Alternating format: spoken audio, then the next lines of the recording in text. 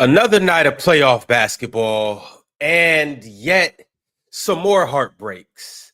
Now, the Oklahoma City Thunder, the best team in the association, was getting their asses kicked, y'all.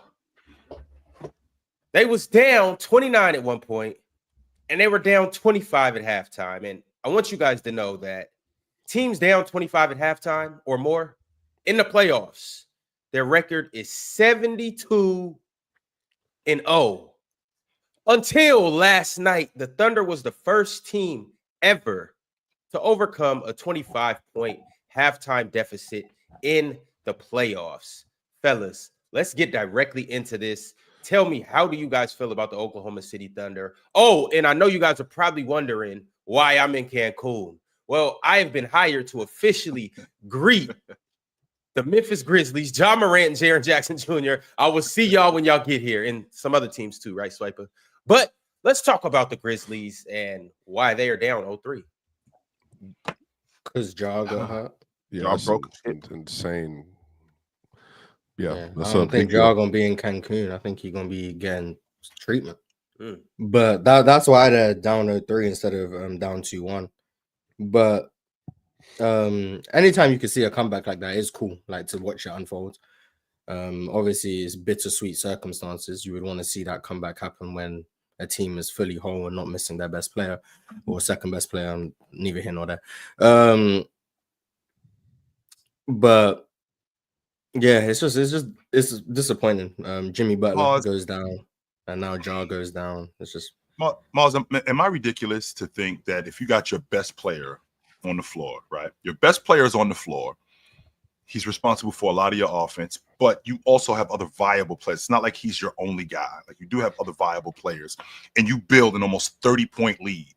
Can my other guys say, yo, we got it from here? We can handle this. Am I ridiculous enough to think that? No, I did. I think even everyone thought the Grizzlies were going to win, but then OKC got the lead down. OKC deserve credit for being able to do that. Now, sure. I'm king of you don't get credit for getting yourself out of a hole you put yourself in. You are. So I'm not like, oh my God, OKC, they're going to win the championship because they came back down 29. They shouldn't have been down 29 in the first place. But then also, once they got there, they got themselves out of it. Congratulations. You did what you were supposed to do. You was meant to win the game. You won the game. But yeah, Memphis were supposed to win that game. Ja or no Ja, you're up 30. You're meant to win the game. That's how basketball usually works. So Memphis still should have closed that game out. They just OKC's defense did what it does, and what it does is it stops. Alex Caruso had a tremendous for a very long time. Tremendous. Well, I told you now, but Alex Caruso. I'm talking about Jaren Jackson Jr. Listen, Deputy Dort, Warden Wallace, and Cricket Cop Caruso. Today we talking about Cricket Cop Caruso. Hey, when he pull you over, just know he taking everything. Everything you got in the trunk, everything you got in your pockets. You wearing a chain? Give me that too. That Rolex, I'll take that as well. So two things. Number one, Ox, I ain't gonna lie to you, brother. I watched it. I watched it again this morning, the Memphis game last night, and I'm watching Alex Caruso. He made me get in the stance and start moving my feet, yo. He did. He actually made me get in the stance and start moving my feet because I'm watching him close out, and I'm like, that's the kind of defense that gets you going. That right there. But Memphis came out yesterday like there was a sense of urgency. They came out, they cracked the long ball. They came out, they got quick hits.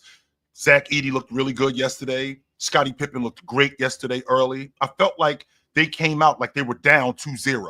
And I think the energy from the home crowd 100% got them moving. The problem was when Ja got hurt, I feel like that took some of the energy out of them. But as good as Oklahoma City is, when you build a lead like that, that's where your better players come in and go, okay, Ja's gone. We're used to playing without Ja anyway. It's not like Ja is an Iron Man where Ja is around all the time. Ja has always been in and out of the lineup in Memphis, and they fared well without him. So because of that, to build that kind of lead and to get to where they had gotten at that point, we should have enough in order to beat these guys. Yes, we do. Jaren Jackson, 100%, getting to the rim the way he was doing, all of a sudden he can't get to the rim anymore. Now, again, I can appreciate Oklahoma City's defense. I thought their shifts, and I thought we have to get – I feel like we got to give Chet a lot more credit for what Chet is doing. Not just against Zach definitely, Edey. right. Not just against Zach Edey, but also just against that front line as a rebounder. This is what I was talking about, Miles, when we talked about rebounding, and I think you reiterated it. I mean, how good Chet's been on the glass, how good Hartenstein has been on the glass. But I feel like they had enough yesterday, and I feel like their second, third, fourth, and their secondary guys, I feel like they didn't do enough. And I think the credit should go more to what Oklahoma City did in order to get back in that game and win that game. Definitely, they came back like that, Chill. My thing is yesterday, and we were on Playback together, Chill. I spoke on this a little bit. It's two franchises failed their teams. Now, in this Grizzlies situation, I didn't expect them to win this series anyway.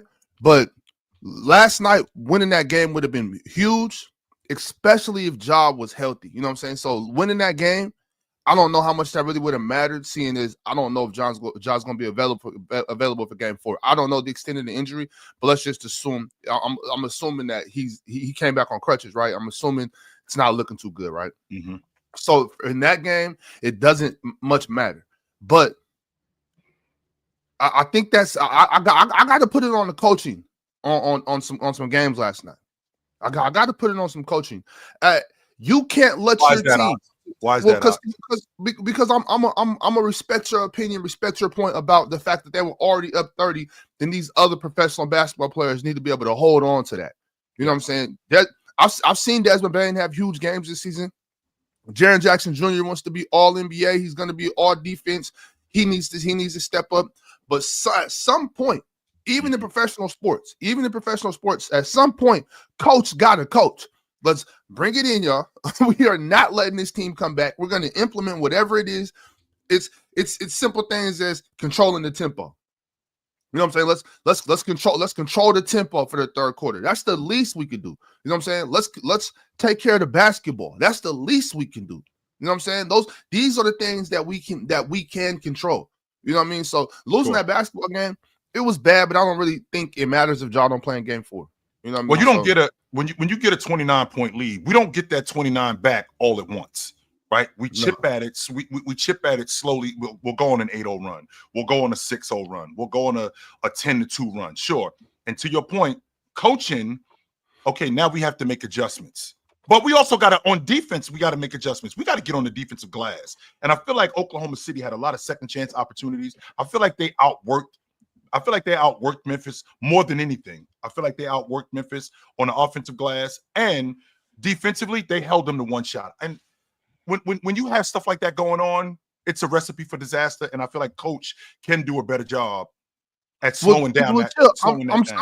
I'm saying that to say you can't fire your coach the day after the playoffs start. That's a bad. That's you know what I'm saying. You can't do that. And y'all might completely disagree. Like coaching had nothing to do with this or anything like that. But these coaches are on the sideline for a reason. Even in professional sports, I think so. Professional teams need coaching. You know what I'm saying. Every level of sports needs coaching. You can't fire your coach and then look at your team lose a 30-point lead and think that has nothing to do with it. I understand that Ja wasn't there. I understand that. I seen that just like everybody else. But I mean, come on. I just don't think Taylor Jenkins loses that game last night. And I could be wrong, but that's just my opinion. I don't think I respect that, Ox. And I do think coaching, I do think that it probably is some adjustments he could have made. But like, he's not out there dribbling for Jaren Jackson Jr. Like, Jaren Jackson, you are 6'11". Legit. Alex Caruso, 6'3". Hold on right quick, Ox. Hold on right quick. You said what? Who got the troops together? Who's the voice of reason? Who's the one? It should be Jaren Jackson Jr., All NBA, or Desmond Bane. Yeah, like they're next up. Desmond Bane shot 3 for 14. Deputy Dort had him. He had a bad game. Had him in shackles. Desmond, can you show up? Can you make a 3? So Scottie Pippen Jr. got to carry us, and he's out there going through it too. He's out there in hell, and that's the only point. And I'm gonna put this on the screen so we can see what the actual halftime score was compared to what the score was at the end of the game. But my thing is just like, chill. I know you said that you still expect them to win up 30, and with the halftime score like this.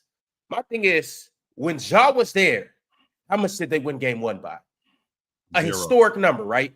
And Ja was there. Oklahoma City, So, sure. so they showed with Ja there, they can go up 40 points. Well, all you're doing is here's the thing, Ron.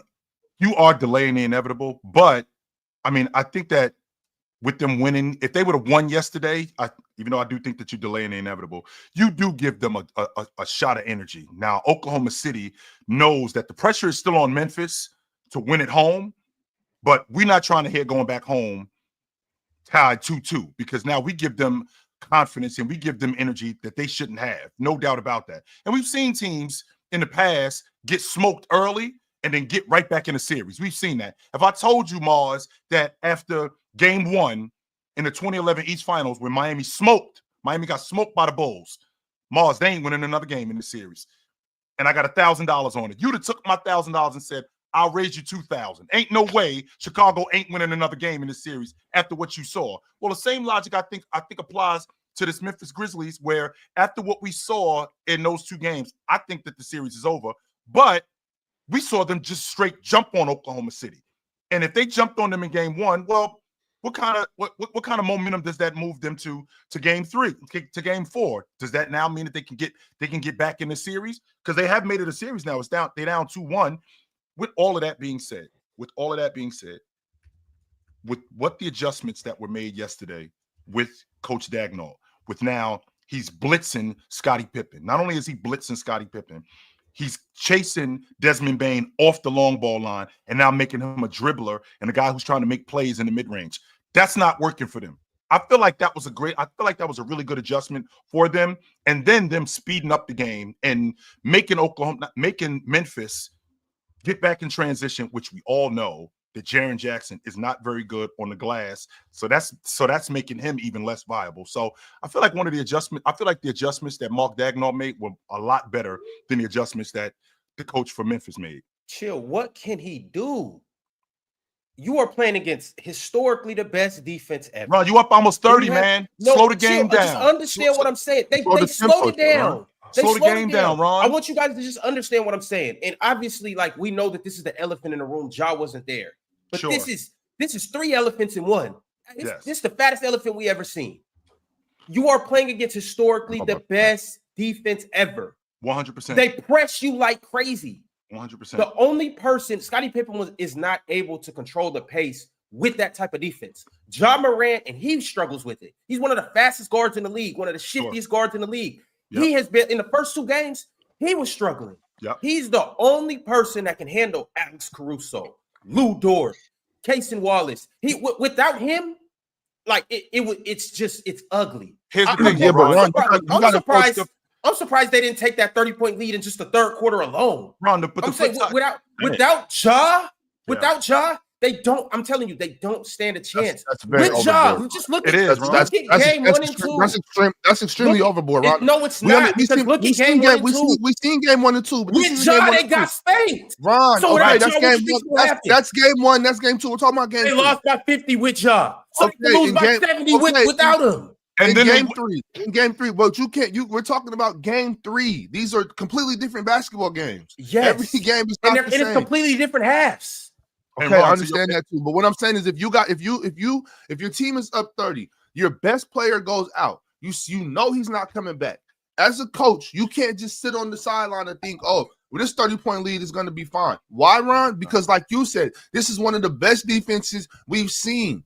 So you can't just assume like, oh, we're up 30. What would you have done? Thank you. What I'm saying is I would have schemed to make it to relieve as much pressure off of them as possible. Morris, that's what I always say is I don't necessarily have the answers. I can't tell you, oh, I would have put him here, I would have put him here, I would have done this. No, but what I'm saying is, as a coach, I want you to coach something, scheme something that just alleviates as much as you can. Don't just send these dudes out there like, okay, Triple J, okay, Desmond, play ball. We're up 30, we're gonna win. It's not that simple. So first of all, Mars, first of all, they generated a 29-point lead with Ja on the floor, not the entire time. Ja did come out of the game, and they still were able to maintain that. So what were they doing to maintain that lead? Because to Ron's point, we're talking about the most historic defense on paper. Well, guess what, yo? We ended up generating an almost 30-point lead on that historic defense. And Ja wasn't out there the whole time. So with Ja They not being made out, threes, they played fast, and OKC was trolling. Well, I'm not gonna say trolling, but OKC were playing badly. 100%. Like, Okay, that all culminated into that, and then OKC ramped up the ball pressure, 100%. and then they made guys who aren't as comfortable making decisions make decisions, and Desmond Bain's throwing the ball all over the place. Jaren Jackson can't navigate double teams. Like I feel like we can blame coaching or whatever, but it's like, what's his scheme gonna do against ball pressure and his players not being able to handle it? What's the scheme gonna do? And that's the point right there, Mars. So I know how to handle ball pressure because I've been ball pressured before. Who's the Memphis Grizzlies. Like, don't get me wrong. As good as this Oklahoma City defense is, as good as it is, we've been pressured before. We've played against damn good. And every time they get pressured by OKC, they lose by 25. You said that yesterday. You said they've lost every game by 25. That's what you 100%. But the with difference, with Ja. Here's the difference. We know that the onslaught is coming here. We know that ball pressure that you talk about, if it was at a minimum, well, okay, we know that it's coming. We've already generated a lead. We know that the ball pressure is coming. So we got to do a better job in taking care of the basketball. How do you do a better job in taking care of the basketball? I've said this countless times. Move the ball. You holding the ball. They tried to pass and they kept getting intercepted. Because when you have Caruso on you, you know who that means is not on you? J-Dub, Shea, Isaiah Joe playing every single passing lane, flying around. Like, they did these things. I'm watching it right now. Desmond Bain got like 3 straight turnovers because he tried to get off the ball under the ball pressure, and everyone's playing a lane. Like, they did these things. That's when you have to settle down your troops. Now I understand what you're saying. Mind you, I want to say this again. Y'all keep talking about how they've lost by this much with Ja. All that doesn't matter in this particular. That doesn't matter to this game. In this particular instance, I'm not talking about when it's even Stevens, y'all. When it's even Stevens, that's OKC's game. I'm talking about when you're up 30. That's all I'm talking about. You're up 30. You have to be able to hold on to this lead. Now, to my previous point, if coach tried to do everything I said he tried to do, he needs to do it better. Okay, he just needs to be better. Like, I know it doesn't sound, it's not fair, but you can't lose a 30-point game. You know what I'm saying? And that's just my main point. Now, I don't got the answers. But I don't coach in the NBA. He does. Like, you know what I'm saying? He coaches in the NBA. He needs to figure out a way to not lose. I feel it's more on the players than if he doesn't have anyone who can handle ball pressure, no one who can alleviate that pressure. So everyone's trying to get off the ball. This is what goes. There's always a way, Morris. There's always a way. Sure, there's always a way. When it goes back to like Jordan was arguing with Goat James Kingdom about ball pressure isn't meant to slow you down; it's meant to speed you up. OKC tried to speed up Memphis. That was the point of their ball pressure. That was the point of trying to make these guys make decisions in a crowd, all of those things. And it worked in OKC's favor. And then maybe there is some schematics you could do. Maybe you have different guys bring the ball up. But the issue is the only guys who are competent ball handlers are Scottie Pippen and Desmond Bain. And Desmond Bain was throwing the ball all over the place. And Scottie Pippen is just, quite frankly, probably just too small to deal with all of that pressure. Like, they scored 31 points in the second half. Like, they couldn't score. Like, I think defensively they weren't even that bad. Chet had a hell of a second half, by the way. Shout out to Chet. Like, and they're still doing a good job of containing Shea, in my opinion. They're sending a lot of bodies towards him, but they're doing a hell of a job guarding Shea. But the guys who people questioned them how they're gonna look offensively, Chet and Jada, have looked great. Like, my biggest issue with Memphis execution was the fact that they kept trying to hunt Shea down the stretch with his 5 fouls. I feel like they got out of their offense just relentlessly trying to hunt that mismatch. Ends up playing late in the clock, doing a lot of nonsense, just trying to harp on one thing instead of just trying to play basketball instead of trying to foul out Shea. That would be my one issue. But in terms of like coach got a coach, like if Jaren Jackson can't back down Alex Caruso in single coverage, what level of coaching is gonna make him able to do that? Like, stop. We're gonna stop trying to pick on Alex Caruso first of all. Then they did, and they had Jaren Jackson attack from the outside, and then he was still offensive fouling. Like, what do you want him to do? Morris, look, I don't know. It's not fair. Don't back off this.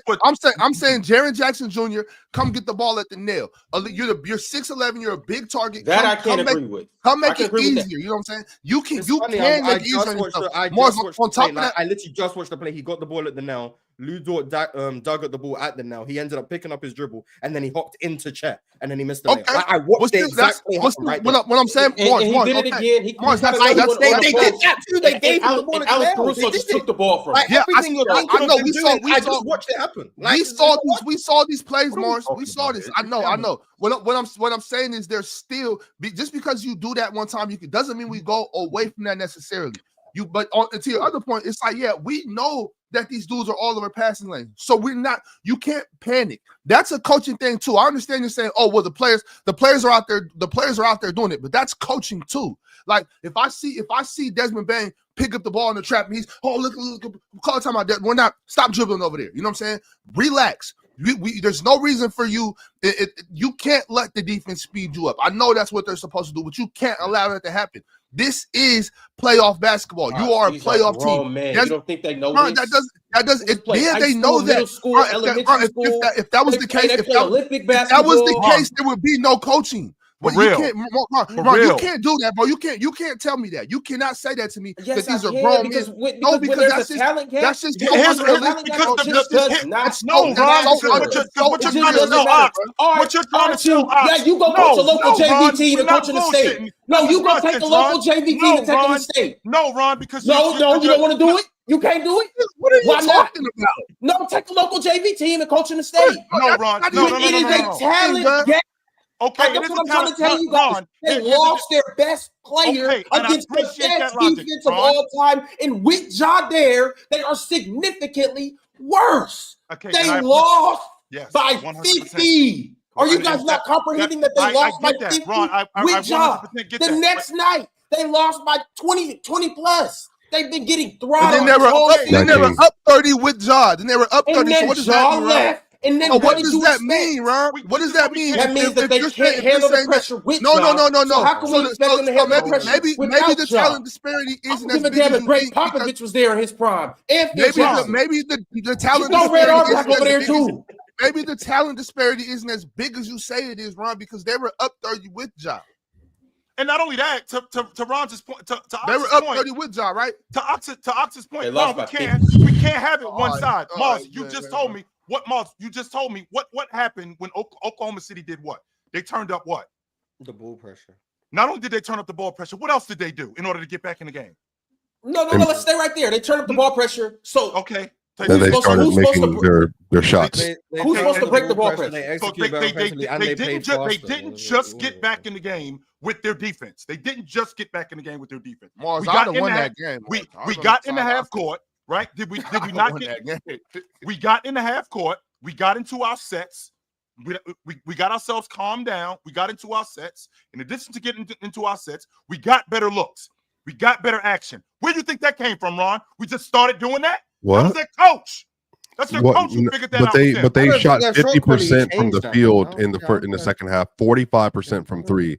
And because they don't have a ball handler on the other end, and because the team is also just worse, like they shot 25% from the field, like and 15% from three, because they couldn't get open looks. Like it's I don't think it's about OKC's they got demoralized, and then they could not score because there were no open opportunities for them to score. 25% from the field isn't just bad offense because of coaching.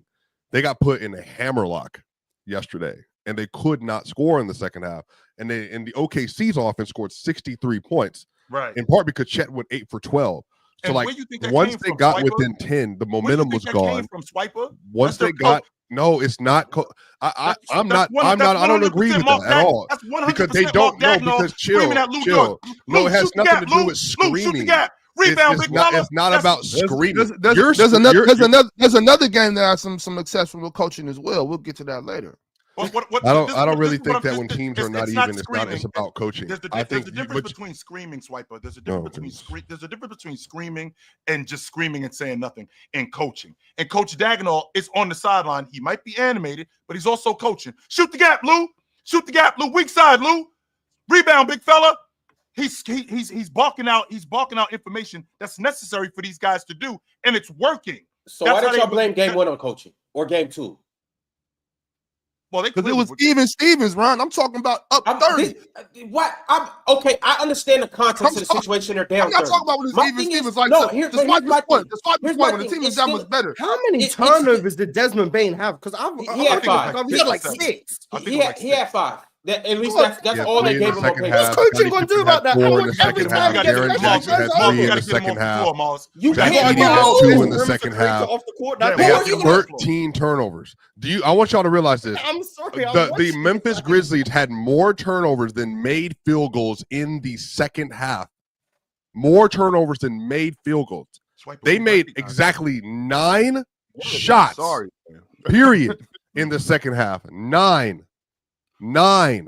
Their offense already wasn't good enough anyway. They got extremely hot in the first half, and they cooled completely off in the second half, and OKC started making everything. That's what happened. The transition points were they were scoring a lot in transition in the first half. One job Morant went down. They were no longer doing that. OKC settled down, and they went back to playing basic OKC basketball, putting ball pressure on Scottie Pippen Jr., Desmond Bain, Jaren Jackson, and every single time Jaren Jackson Jr. and Zach Edey held onto the ball, they got it ripped out of their hand. They don't got any ball handlers on their roster besides Scottie Pippen Jr. is not good enough to do it, anybody though. else. They don't have Scottie anybody Pippen else. Jr., Desmond Bain. He's not good enough to do it. Luke Kennard. Because my point, my thing about this is what I was saying is, once again, I just got to keep reiterating so there's no misunderstanding. I'm talking about up 30, y'all. So when we're up, one more time, they didn't hear you back. Technically, it was only One more time, 29. they didn't hear you in the back. Okay, 29. I'm talking talking about up 29, y'all. Just remind y'all, I'm not talking about from the buzzer 0-0. I'm talking about up 29. They spotted us almost 30. At that point, if Desmond Bain is he's our play finisher or whatever, we don't even need that. Desmond, you can sit your ass down if you want to throw the ball away. We just need somebody that can control the tempo and not throw the ball away. They don't have anybody else over there. Who are you gonna put in? Luke Kennard? I mean, we No, know Ron, Vince Williams? Ron, you were the one. Ron, you are the one. I just read you the ball. No, boys, I don't know. I'm asking. Like, I don't know. I don't know. Wait. I don't know the last 3 guys on the bench. Maybe they got a ball handler over there. He don't have. They played 7 players in the second half. Somebody has to control the ball. We cannot give the ball away. Desmond Bain's giving the ball away. Desmond, you're not shooting here. You're giving the ball away. You sit can't your ass replace. there. There's nobody to replace Desmond with. Yeah, that was your only hope. What about Jokic? Ron, you told I don't even know if Yuki's on the playoff roster. Man, Ron, I don't know. Hold on, Chill. Go ahead, Chill. What did I tell you? Ron, you told me how good Luke Kennard was when going to get it. You told me that. You told me that. He's not just relegated. He's not relegated to just being a shooter. You've told me how good he is at going to get it. However, I never said primary ball handler. You said that. I said Luke Nice, but I never said he's a primary ball handler that can handle Kingston Wallace, basically all-star caliber point guard. That's what you said. And Ron, this is the point that I'm making, Ron. The point that I'm making with that is to have Desmond Bain on the bench, because again, Ox, one more time, because I don't think they heard you in the back. What kind of lead did we generate? 29 points. Okay, so we generated a 29-point with lead. who? So if Desmond, once again, Bain, that's the point. Hold on to that's the whole point. It was with John Morant. So if Desmond Bain sits down for a couple of minutes and he sees what's going on from the bench, he settles himself down. Ain't nobody saying that we got to get Chill. They had a game. 29-point lead with 3 minutes and 7 seconds left, and they had 69 points scored. How many points did they end the game with? Put Yuki in the game, in the second half. They scored 31. So but how many points did they score in total? 31 plus 8. What's that? 39. They scored 39 from that point on. So 39 points from the 3-minute mark in the second quarter. Yes. So again, I want to be clear about this. John Morant left when they were up 27 points, basically. Yes. And then they scored 2 more points. Sure. 3 minutes left, and from the rest of the game, they scored less than 40 points. Right. Yes. Do we not think that they're from an offensive standpoint? Because they haven't guarded them well the entire series. Like the Memphis has not guarded the Thunder well the entire. That was their worst half by far. Do we not think from an offensive standpoint that it mattered that once John Morant left the game, they scored 38 points the rest of the way? No, I don't think it does matter, Swiper. I think you're looking at it the wrong way. I think you're looking at it, we got to score more. No, we got to stop handing them the ball. We're up Yeah, 30. okay, We're up 30. okay, Like, yeah. Of course, we're gonna have to put the ball in the basket. Of course, I yeah. understand that. But The you sense of cannot just urgency is hand on the them. ball It's like, not on us. oh Yeah, yeah. but I just don't think it's on Here's the coaching loop. that they were turning the ball over. Like, that's where also- the disagreement is. I but think it's on also, the I would players. say- The players kept turning it over. 100%. It's But on the players for sure. But coach Yes. got to That's what I coach. won't argue, You know Mark. what I I'm feel saying? like I've been spending it while you guys been debating and I've been listening. I've been watching the second half unfold. He's changed the spots people are in multiple times. He's got different guys bringing the ball up the court. Like whether or not that's coaching or the players deciding to do these things, I don't know because I'm not on the sideline. Sure. But they weren't just doing the same thing the whole second half. Like they kept changing things and they kept turning it over. Like at what point is like there was just nothing they could do. Like they were just going to turn the ball over. You might have made the right adjustments. He made some weak ass adjustments. Then make some better adjustments. Yo, coach. this is a bad cop out. This is on But then I keep asking, okay, so which one? None of us know the answers. It's like we're blaming him, and I understand we aren't NBA coaches, so I'm not saying we should know all the answers. But I also feel we're at a point where we can't just say, okay, he made these adjustments, they didn't work, so clearly they were wrong. He should have made the right ones. We don't know the right ones. Maybe there were no right ones. I don't know. Maybe there were no right adjustments to be made to avoid these turnovers from happening. Because I'm watching it. Damn near every turnover is happening in a different part of the game. Like some turnovers are in the backcourt, some turnovers are dealing with a blitz, some turnovers are dealing with a weak side. Like some turnovers are Jaren Jackson spinning into Alex Caruso and just getting the ball ripped. Like, and it's different parts of the floor. The low block, the mid post, the elbow, like they're all happening all over the place. No matter where they get the ball, they end up turning it over. Like, I'm sorry, I feel like either that's the coach adjusting or the players adjusting, and they're still turning it over. I don't know what's gonna. It sounds to me like the Alex inevitable. Caruso is dope, yeah. It just sounds to me like the inevitable just happened. Like, I mean, I guess this conversation is over because Oklahoma City just turned it on, and here they come. There's really nothing that you can do. They're the best defense at turning you over in the NBA. We've been saying that all year. That's what they do. 100%. That's what they do. But again, Mars, when you spot me almost 30 points, right? When you spot me almost first half, though, even if it's in today's NBA, a 29-point lead is like we make 6 threes. Oh my god, we're down 11. The only way, the way for you to get back in a game, if you spot me almost 30 points, the way to get back in the game is I gotta consistently give you the ball back. Not miss shots. Or you just miss Not shots. necessarily. Yeah, not necessarily. I mean, Their offense, they made 9 baskets the rest of the way. That's the very easy. If you make 9 shots, you're probably going to lose. 9 shots and a half, you're probably going to lose. You have 27 minutes. They have 27 minutes to come back. Didn't Dallas and LA do this 2 years ago? Wasn't this the Dallas LA game? Weren't they up 37 points or something like that and they lost? Because they came back because they were missing shots. Was it 2 years ago? It was in Dallas. The Jared Vanderbilt on Luka game, right? Yes. Like, it's just momentum. If you start missing shots and then you start turning the ball over, and then they already can't guard OKC. But hold on, Swiper, you said that, and I wanted to kind of tell you, I think when I went back and watched it too, like for the rest of the series, I don't know if it's that Memphis can't guard them. I think it's the point that their offense has just been really bad, so Memphis just get out in transition a lot of the time. That's a huge part of it. That's a huge. Yeah, like I don't know. I think it's most of it. Like once you just get depleted like that, and they defense is turning into offense, J-Dub getting 3-4 dunks in a row. Like I think it was game 1, but I saw them turn the ball over 3 times in a row. J-Dub got 2 out of the 3 dunks. And it's like, at that point, I don't know if you can't guard them. It's just you so far behind. I mean, but I think if you have 83 fast break points in 2 games, I think you can't. Your transition defense is horrible. Like I think that's a part of your defense. You just turn the ball over.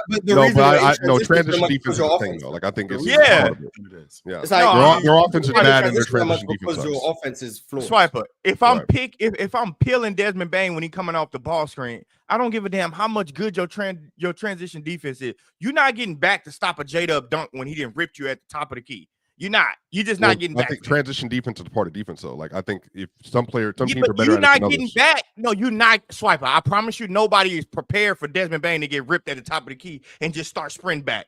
Once he get ripped, it's like everybody like, oh shit. But they're running off of miss. Yeah, defending transition. Yeah, but they're also running off of misses as well. You can't recover. That stuff can be on like, but overall, like when that's why OKC's transition stuff is like so dangerous because they turn you over. Live ball turnovers, like if you on live ball turnovers, it's ridiculous because like no one's. You ain't getting back. They're the worst thing to commit in basketball. A live ball Don't even turnover pay is attention. the Yeah, worst I thing just you think can this do is in just basketball. an insane Don't amount of pay lack of attention ball knowledge. Just somebody would say transition defense is not a part of defense is not defense. a part of We defense. complained about the What does that Lakers mean? doing with Anthony Who Davis for said years. that though? I'm gonna Who? First of all, No, Swiper talking about something different. Oh, They I got don't know why you worried 83 about that. points in transition. So in you 3 take those games. Like, I don't know what to tell you. Like, yeah, you gotta get back. 3 games. That's almost 27. That's almost 30 points a game in You ain't transition alone. But how many do y'all think is off of them just turning the ball over? Let's You're look. not getting back. I will look A for you, lot. brother. And it seemed like they had more turnovers. Like Memphis, Yeah, a only lot, had bro. 16 turnovers. Yesterday- It looked like 36. Live ball turnovers, I didn't transition. know that was a thing you could look up. How about Yep. Me either. So you can do off steals and live rebounds. So Me that? I basically, did not know that. What the? yeah, you can. I mean, just look all the I stuff. did not- I did OKC not know was that. OKC was really good in the half court, but like Memphis again, Memphis yesterday had like a off of just live ball rebounds, had a 180 offensive rating because in the first half, Jordan, they were just running rampant. This is why they were scoring so much though. They had 67 points, and most of them were just because they were running like wild, like roughshod. So I'm saying once that stopped, Jordan, they had no offense. Like they couldn't score in half court. Ja was out the game. That's part of it. Like Ja, Which is, I think, Margin I don't know point if about people- like the offense change. I don't know. Yeah. I don't know if people don't realize, like, in order to beat the Thunder, you have to have two guys that can beat their man. If you don't have that, they're gonna beat the hell out of you. Like, you have to have two guys that can get by somebody and make plays or score the basket. I think you need big You wings. can't just I have think you need like 100%. Or you need somebody that can get by. Yeah, you need that Yeah. physicality. If you can't get you by- need an advantage. That's one, like whether that's a speed advantage or a physicality advantage. Yeah. You can't just be like, to Jordan's point about Desmond people Bain. playing with the ball in front of Kawhi. You can't have someone who's just playing with the ball. Like, you need someone who can get by, whether that's Ja Morant with his first step or someone physical, a Luka Doncic type, like someone who could just bump you off a spot, get downhill, blah, blah, blah. Memphis without Ja don't have that. Yeah. Either one. Not And every time Jaren Jackson tries to be physical, he ends up elbowing people. Like, he doesn't know. First of all, he doesn't know where he's at on the court at all Who? Which times to one? make his move. Jaren Triple Jackson, in J. order to Oh, make yeah. in order to make his move faster, Yeah. that's why he takes so long. It's like he has zero court awareness of where he at. He get the ball, he know they're gonna double as soon as he turn his back, and he still continues to turn his back for 2-3 seconds. That's entirely too long. Catch the ball, go quick, finish. I don't even know why he catches the ball at the elbow trying to post up. Just get the ball right close to the basket. Well, because they're too. He doesn't have the ability to do that though. Versus Chet and That's what I'm saying. That's what I'm saying, bro. Like, Alex bro, Caruso, and you're posting him get up on your the ass. Chill. Why would that work? Chill. He's catching the ball on the 3-point line and trying if you to put him- triple threat Alex Caruso. But Ron, if you put him in the post, though, I think the issue is the defenders he's up against, and also the hands that are being shown. Like they can just kind of. That's why So you are go. They make it suggesting more that he difficult should- there. that he should Ball post the- What'd you say, that he Ron? should- Hold Are you on, Ron. suggesting that he should catch the ball on the 3-point line with I'm Alex saying that Caruso on him? I'm saying he's not a good enough post like scorer or playmaker out of that post versus OKC to put him in that situation. He's not good enough to be on the Consistently. perimeter And that either. nigga can't play. He need to sit his ass Yeah, down. there. exactly. He can't- Like, I don't- I You don't think you that's. can't gotta I be don't that think good of that's a the post solution player for either. that. because of hands, you can't get the ball because of No, sit your big ass down. You not ain't gonna versus he- Chet and Nyhart and Bro, Jay Bellingham. No, It ain't Chet Nyhart. It's Caruso. Caruso He keep- included. Yeah, Caruso. he It's like keep Drew putting the Holiday in his ball- apex. No, he keeps putting the ball down where Caruso can get it. All he have to do is keep the ball up and force Caruso to foul him. Not saying Caruso will, but he's so soft that when he try to turn, he drops the ball. Caruso rips it every time. You done got ripped 3-4 times like that last night. Nothing tell you, hey, I probably should stop bringing the ball down. I don't None- understand Cruso's also the GOAT. You know what I mean? So No, you know, right, but you're right. I don't understand why Yeah, we hate he's history. also- We went through a whole history of basketball, 50s, 60s, 70s, 80s, 90s, all the way up till now. And now big men want to try to catch the ball off the dribble. When you have Yeah. a little person on you, you don't can't do have to that. put the ball on the ground. And you can't literally bring the ball down. He literally can post up, catch the ball as high as he can, chill, turn around, and lay it shoot. up. Yeah. Lay up. What's at the the lay it turn up. around Get jumper. your elbows up. Triple jump hook. Oh, right here. Bro, he pushed the ball right in Caruso's chest, and you don't think Right he gonna there. steal it. Why are you Sorry, trying Jaren to dribble on Jaren Alex Jackson is Caruso? a wing who's 6'11". Like, that's what you guys. Yeah, Yeah. but still, He's a everybody wing. should have that in their game. He's Everybody, No, You we're gotta not be talking about just Karl Karl Malone. Malone. We're not talking about Karl Malone, swipe chill. I'm talking about anybody that's 6'11". Any basketball player should have this in their game. That's And if it. you're You're right. 6'11", if you're 6'11", I catch the ball and I got a 6'5" guy on me. I don't have to put the ball down. I just have to simply step here. First of all, let's think of it. Let's think of it from OKC. Hey, wait, chill. One more time. Hold on. Let me see that one more time. That's it? That's fundamental right there. That's Hey, look. Think of it from Caruso's point of view. What else can Caruso do if he's guarding somebody 6'11" other than swipe down at the ball? Hey, whose TV's on? Yeah, what am I hearing? Hey, turn that TV off. Hey, I don't know, but all I'm saying is, what else could Caruso do when he's guarding somebody 6'11"? He's in the post. The only thing he can do is if you show him the ball, he's going to take it from you. So why do you keep showing that shit? Pissed me off with Jaren Jackson Jr. So Jordan, you keep showing Caruso the ball. So if that's that is true, a Jordan, how? Because like you just mentioned, him being on the block, how does he end up at the 3-point line? Because he's weak and he can't post up and they just push his ass out there. I don't know. He doesn't even try to post up. He goes straight to the 3-point line. He likes being out there, too. No, he likes turning the ball over. Well, to be fair, Caruso does have like a very good center of gravity. He can push you off a spot. No, Once you Jaren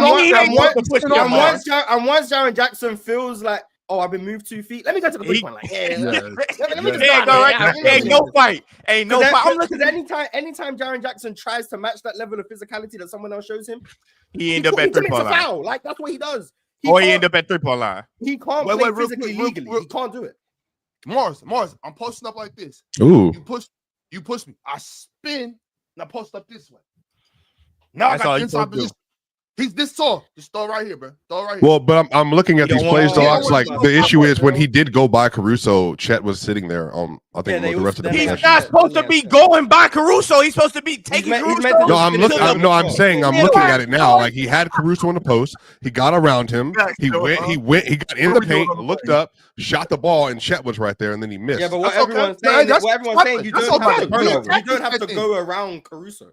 You finish over. I mean, I guess. Yeah, He's I don't talking know, about the but maybe. turnover. Yeah. I mean, I just don't think You he's good enough. You can for that attack. You can situation. attack the young fella though, Swiper. You can go straight at Chet. No, I'm not saying doing that, but I mean, I guess I'm not saying that. All I'm saying is that's what you do though. You know what I'm saying? Like unless Santi wants to shoot the ball today, we're gonna kick it over their weak side, or somebody's cutting. We got to go. You know what I'm saying? Go be aggressive. I mean, yeah, that's what you got to do. Yeah, but it obviously didn't work out.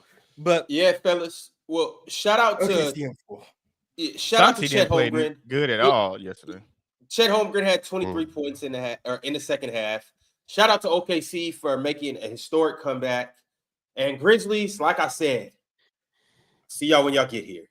But in the meantime, though, speaking of Cancun, you see, Grizzlies fans, you guys only got one option, and that's to come down here to Cancun with Ron. OKC fans, on the other hand, now, you guys know that you guys will be in the second round, and I know tickets are going fast for game one at home.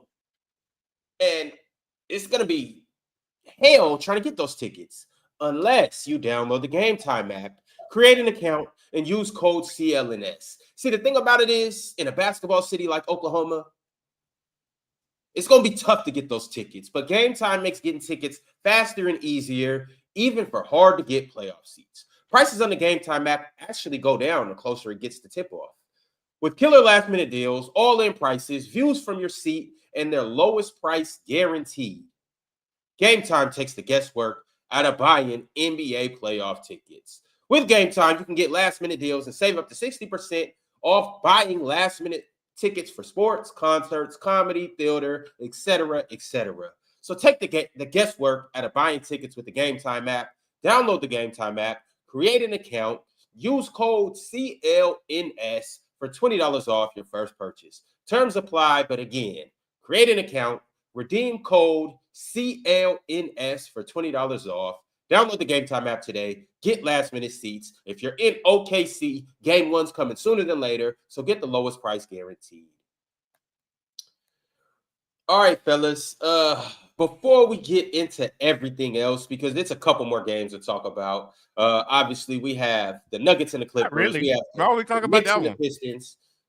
we gonna talk about it because we the panel. So we gonna talk about it. But before that we wasn't do much that, of a y'all, game. I do want to shout It was out. a great game. I loved it. I want to shout out somebody who, well, it's their 49th birthday today. This is a 15-time NBA All-Star, 5-time champion, 3-time Finals MVP. He is a top 10 player, consensus. He is a GOAT, and he goes by the name of Tim Duncan. Happy birthday, Tim Duncan. Damn, Chill, you older than Tim Duncan? I am older than Tim Duncan. Way Yes, sir. older. Mhm. He not way older. I thought you when you said 49, I'm about to say, damn, I underestimated how old Chill was. Yeah. You say 49, I thought you was about to say Chill. Mm-mm. Yeah, I've been there. That wasn't chill. Mars, I just want to let you know your ass gonna get there one day. One day. Boy, boy, you gonna get there, boy. One day. Yeah, boy, you gonna get there. You on the way. So, Ron, I'm on record saying that I think Kawhi Leonard is very much going to be like Tim Duncan, where I wouldn't be surprised when he retires.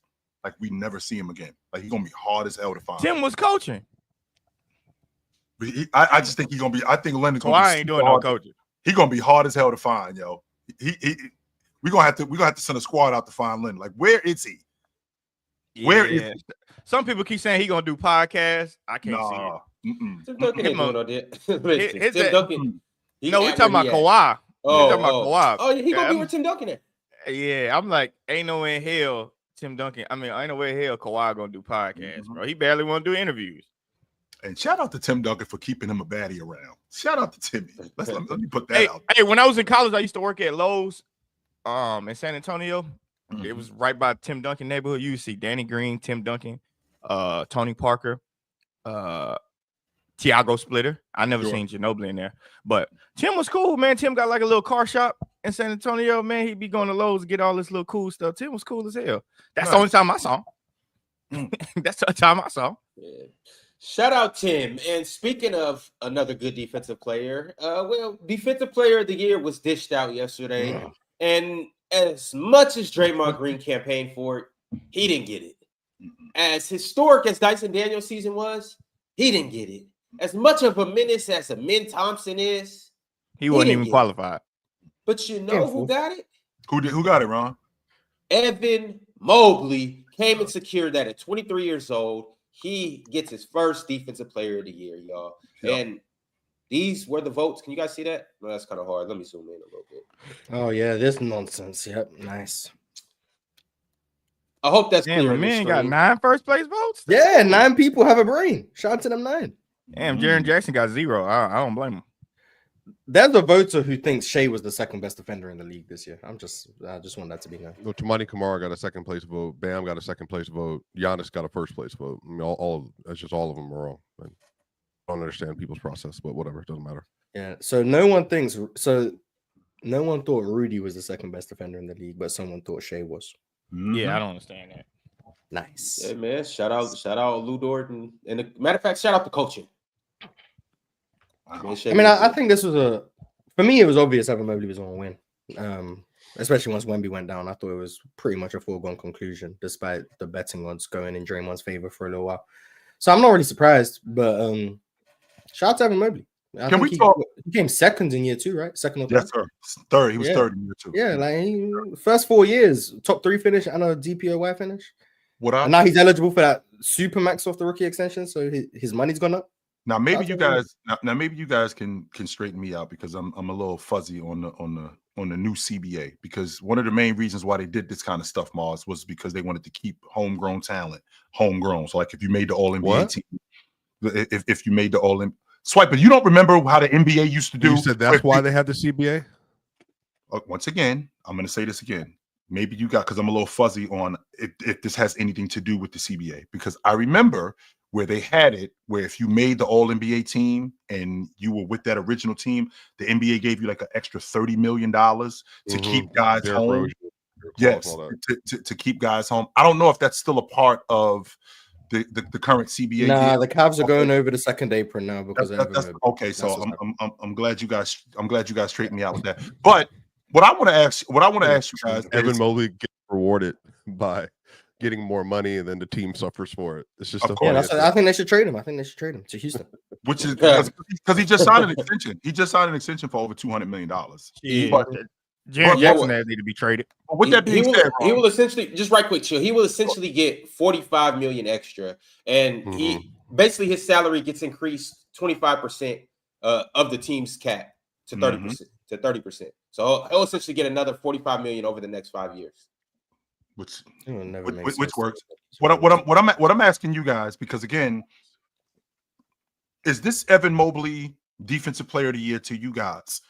Because it's not to me. But is this more narrative than it is he's actually the Defensive Player of the Year?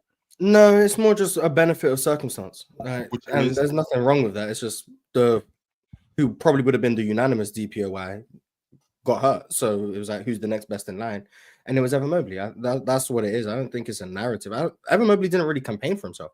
Draymond did all the campaigning. Yeah. And J-Dub and them did all the campaigning for Lou Dort, and he ended up. And Darius Garland did it for Evan Mobley. Yeah, like Evan Mobley weren't really campaigning for himself. I don't think it's a narrative DPOY. I think he was the logical candidate after Wemby. He definitely deserves it. I do think that the narrative for defense is just like in other years.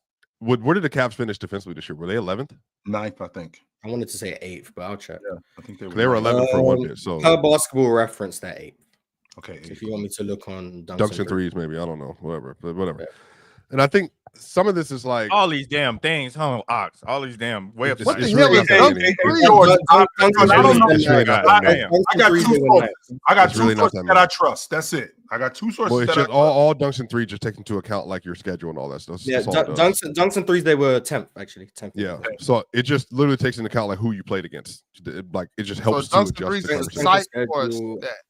It's a site. Yeah. I do think Evan deserves it, and I think that the issue with the DPOY, a lot of it is narrative as well. Like, because like Dyson Daniel, for a lot of people, the reason why he couldn't win is because it's not a top 10 defense that he's anchoring, and he's a guard. So like some of this is where Evan is benefiting from having Jarrett Allen on the roster, but also Evan is seen as the best defender on the roster. And he's kind of been good since the start of the year, had a lull at the end of the year, and then but mostly was really good and really great all year. Draymond, I think was really good all year, had peaked at points in time this year, and then advocated for himself. Amin Thompson, he's in his second year. So by rule, you're in your second year and you're not Wemby, you're not winning. The fact that DPOY. To be fair, Chet was going to. Chet had a shot. Chet was going to, but Chet was also like he was. What? Never mind. No, I'm not gonna do that because we're gonna bring up the deterrent stuff. But yeah, chill. He deserved it. He did deserve it. The fact that we live where we live in the versatility in the NBA, does it now make it even more difficult for guards to win Defensive Player of the Year because we have bigs that are more versatile today? I mean, a typical guard like a Lou Dort, yeah, I'd say so. But one of these versatile guards, if you count Amen Thompson as a guard, or those types of guards, J-Dub, like if those guys are guards, I think they have a better case now than ever because these pure anchor bigs, I think probably are gonna not die out, but have a less shot of winning it. So it's either you're gonna be an all-time dominant rim protector like a Wemby or whatever, or you're gonna be a big who's able to play a multitude of schemes, protect the rim, and switch all of that stuff. Like Mobley. Or you're a wing who can do everything, where you're guarding at the point of attack. You can also protect the rim. You can play off the ball. You can get steals, all of that stuff. Like Dyson Daniels. Thompson, Asar Thompson, Dyson Daniels to a lesser extent with the rim protection stuff. Right. So I think now probably more archetypes of player can win the awards. I think it'll just come down to a year-by-year basis. And really, it seems like based on this year, who's the most available? Like that's what it really came down to. Most of the best defenders just didn't hit the threshold for all defense or DPOY. So whoever's the most available will probably be the one who wins it. So it's because Evan Mobley, because that'll be an impact thing too, though, chill. Like 100% it is. I mean, like guards, I think there's a lot of really good guard defenders, but you get big guys that can move, and you know what I'm saying, like 6'8", 6'9", 6'10", 6'11" dudes, and then even 6'2" guys like Rudy that can. I mean 7'2", I'm sorry, 7'2" guys like Rudy that can like protect the rim, amazing rim protectors. It's hard for these 6'4" and under dudes to compete with that. Like 6'4" and under guys, it's like, how do I compete with a 6'10" guy that plays the power forward but can guard a shooting guard? That's what I'm worried about. It's physical limitations. It's just that's the virtue of being a smaller player. Like if you're 6'2" and you can do all of these things, and then there's a 6'8" guy who can do all of these things too, but he's 6'8". and better. That's just tough. Like I don't know.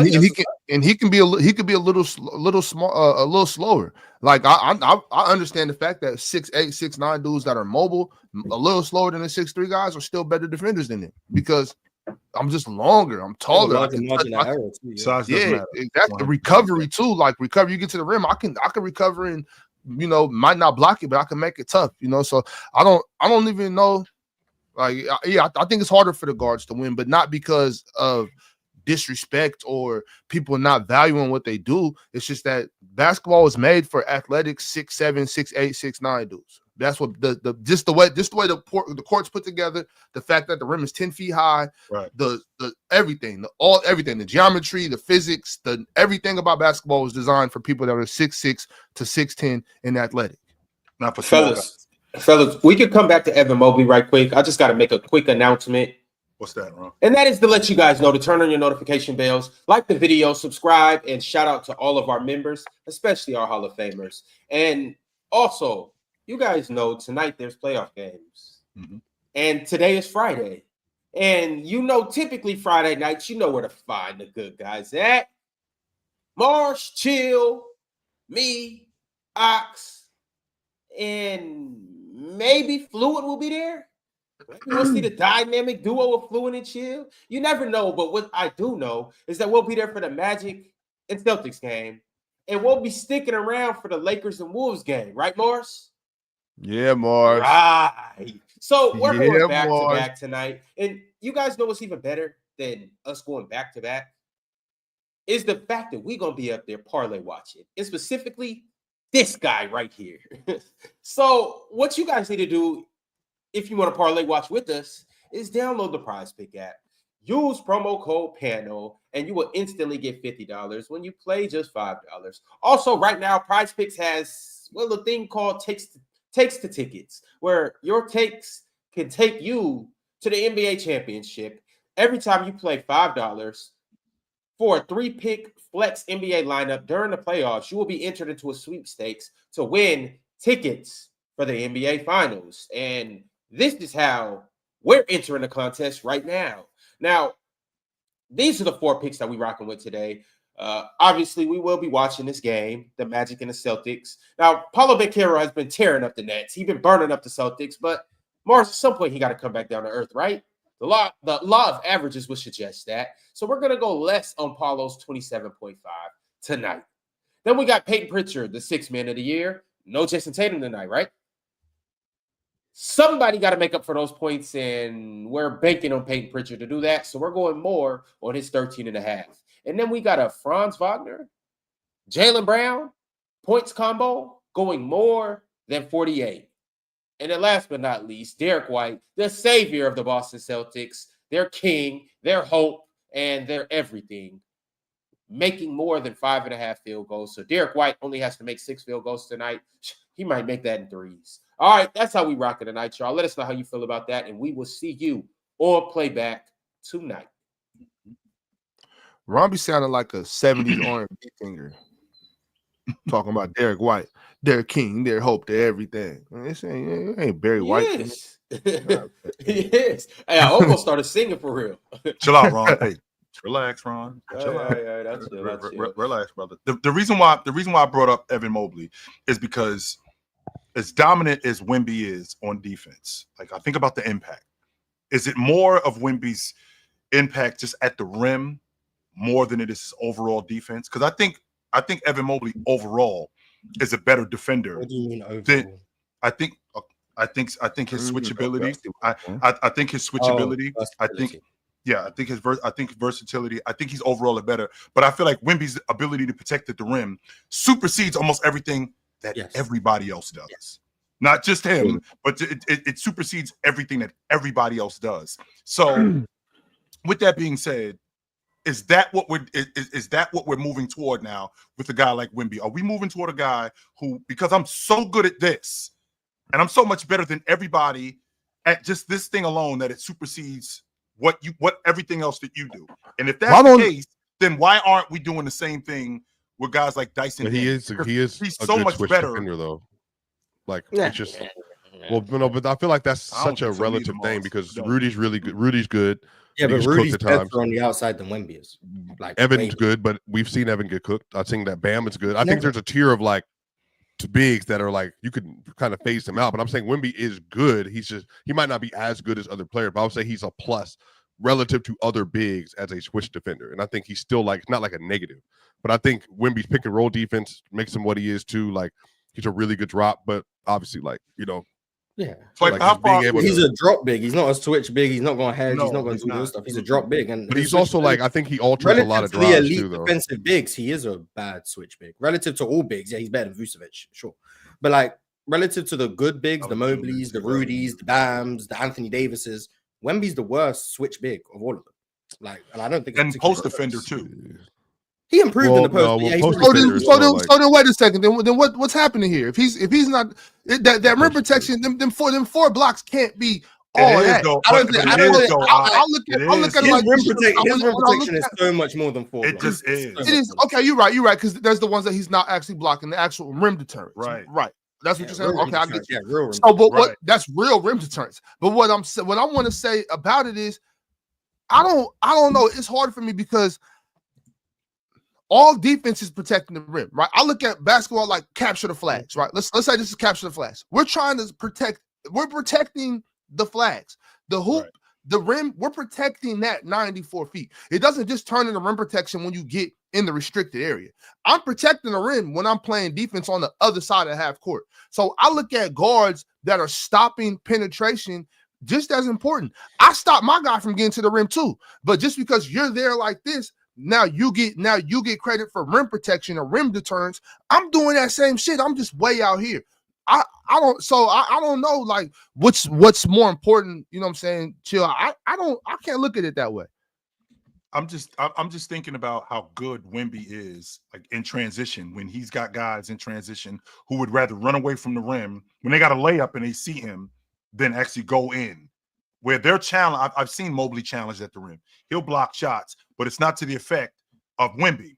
With that also being said, there's other aspects of Wemby's game defensively that have a lot of flaws in them. So I'm thinking to myself, Wemby as the quote unquote best defender in the game, if this supersedes what he does, what everybody else does, do we have to use that same logic with these other guys that I'm so good in the passing lane? I'm so good as a disruptor, like Dyson Daniels is when he's getting steals. I'm so good as a shot blocking guard. I'm so good as an on-ball defender. This supersedes everything else that you guys do. So I feel like we do need to. I think we do need to take that kind of stuff into account as opposed to just focusing solely on, he's the greatest, he's the best defender in the game because he does this. Well, this guy's also an awesome defender in the league, and he does this better than everybody else too.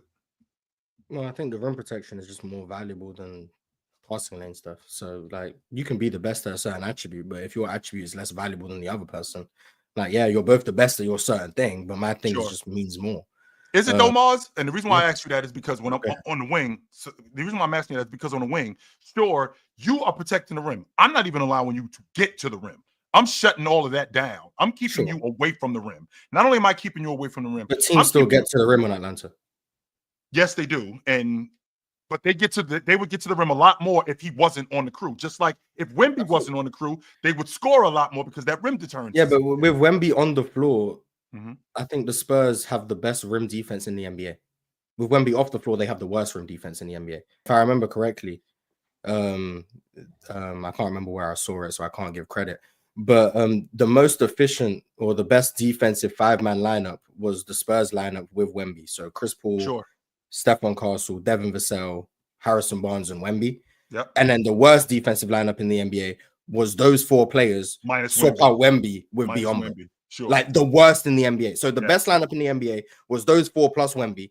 The worst lineup in the NBA was those 4 take out Wemby and replace him with the backup big of the Spurs. Damn, that's not even basketball. That's just obvious. That boy changing the whole. Like that's like that level of impact. Like when one player, like the 4 players are the exact same. The only difference is Wemby to Biyombo. Now, obviously, Biyombo might be a below average big, so that still is more than just Wemby's impact. But like from the best in the league to the worst, like that's kind of ridiculous. And then you look at just like how often teams are getting to the rim when Wemby's down there because of the deterrent stuff. the numbers are night and day. And then when you look at when they actually get to the rim and how effective they finish, the numbers are night and day. Like Wemby's impact is just, I think, more felt on a possession-to-possession basis than a perimeter defender can be, because of all the switch hunting that happens in the NBA, because of the fact that we can run actions to get Dyson Daniels off of our guy, and now we can play with Dyson Daniels in the corner. You can't remove Wemby. Like, Wemby's gonna be down there. Like, you can't do something to remove Wemby. So, like, Wemby's just able to impact more possessions than Dyson Daniels is, more than a perimeter defender is for the most part. And I think that's why the rim protection gets favored. And I think it's fine for the rim protection to get favored personally. But I do think the versatility is becoming more valuable. But when you're that much of an outlier as a rim protector, like a Wemby, like a Chet, you're always going to have a horse in this race because you're that good as a rim protector. But Chet can do a little bit more on the outside than Wemby can, but Wemby's just... And that's what I think about more than anything, Mars. I think about the versatility as a defender. I can appreciate it. I feel like I'm saying the same thing, but I can appreciate how good Wemby is as a rim protector and how much he deters guys from running in the lane, how much he makes guys shoot bad shots at the long ball line because we don't want to go in there.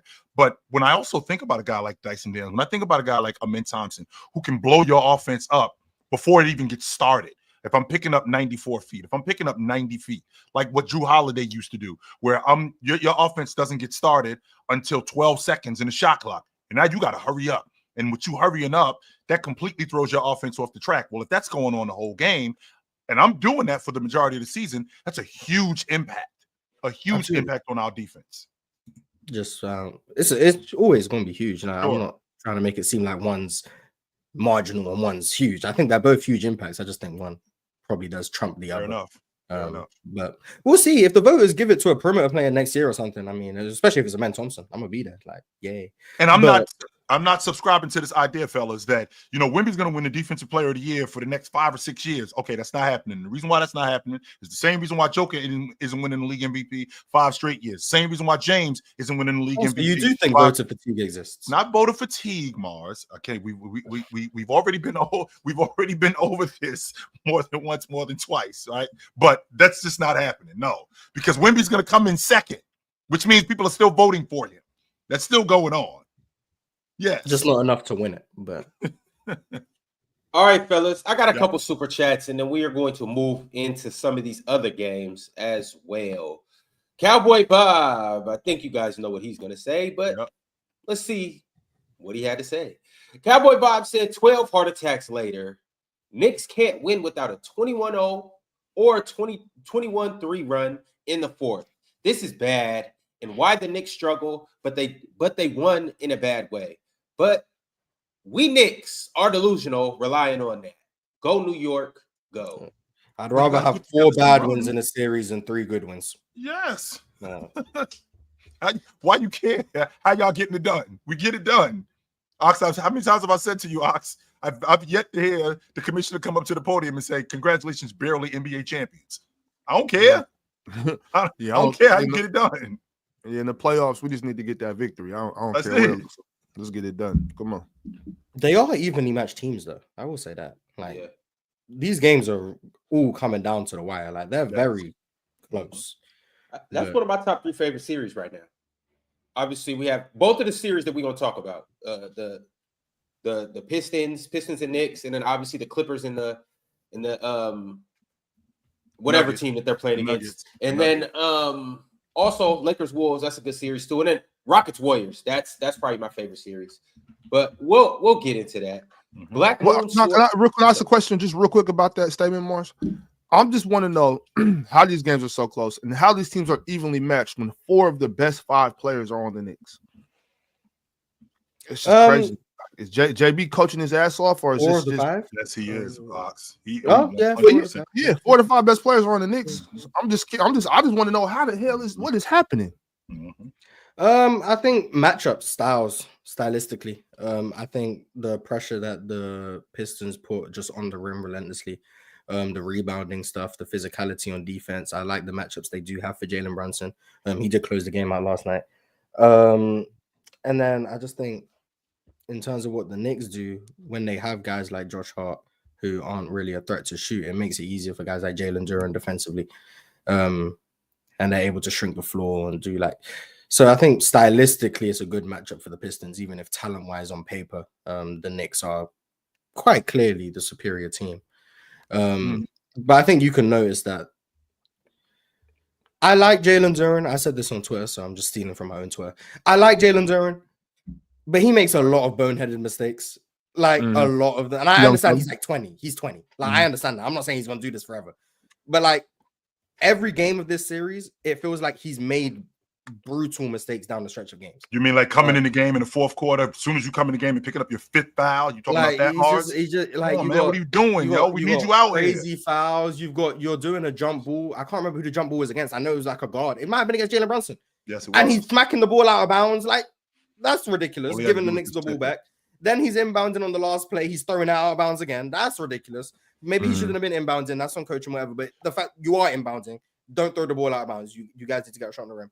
Then we got the game before the one day was it might have been the game they lost, or game 1. He commits, I want to say, multiple defensive 3-second violations down the stretch of the game. Then he leaves Josh Hart wide open under the rim for no reason and gives up a layup. Like he just has like these mental errors, these mental lapses, and they all seem to happen at like the worst possible time. So like he needs to iron that out, because I actually think he's improved a lot defensively this year. His rim protection's got a lot better. His position has got better. He's still not the best at like other coverages outside of like drop, but like he has improved defensively. So credit to him. But like the mental errors, just like especially down the stretch of games, it's like it's brutal. Swipe, I wanted to ask you because I'm watching how the Knicks put Cade on the defense, how productive that's been for them more than anything. Putting Cade, because I know who Cade is on offense. They get the ball off the glass and he's going with it. And the pickup point was a lot better yesterday. Cade, Swipe, how you feel about them putting Cade on the defense? OG Anunoby actually going after him, not just knocking down open shots when he's open, but also when he gets Cade in isolation or when he gets Cade faced up, like going after him. How do you feel about that? I mean, he's not a good defender. So, and he's big. He's immobile. It's not great around screens. Not very fast side to side, so it just makes sense. I mean, they really have a few players. I think Malik Beasley's not great on defense. Cade Cunningham, Tobias Harris is what he is. They're trying like hell not to get him switched on to Karl Anthony Towns. He just is like another good option they have. I think the issue is that when you don't have a traditional rim protector, like, you know, Duren is cool, but he's not like a great like defender in any way. It's just easier to take advantage of slow-footed guards that really can't stop you from penetrating. And then on top of that, because it gets some over-rotation, and then you have McHale, OG, or Campaign, apparently, wide open on the three-point line.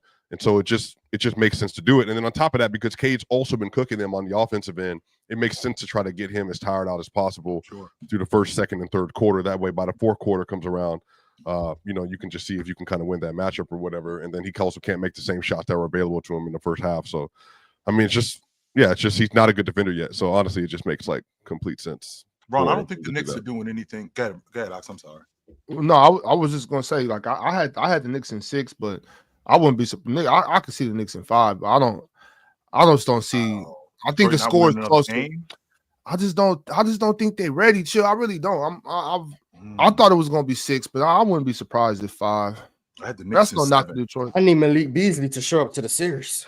Well, if you depending on that, like, shout out to Malik, but I'm relying on the guy who made the second most threes in the NBA to make them threes. That's a major part of their offense. If he makes like Tim Hardaway Jr. had a bad game too. He showed up last night. Now in the fourth quarter, kind of.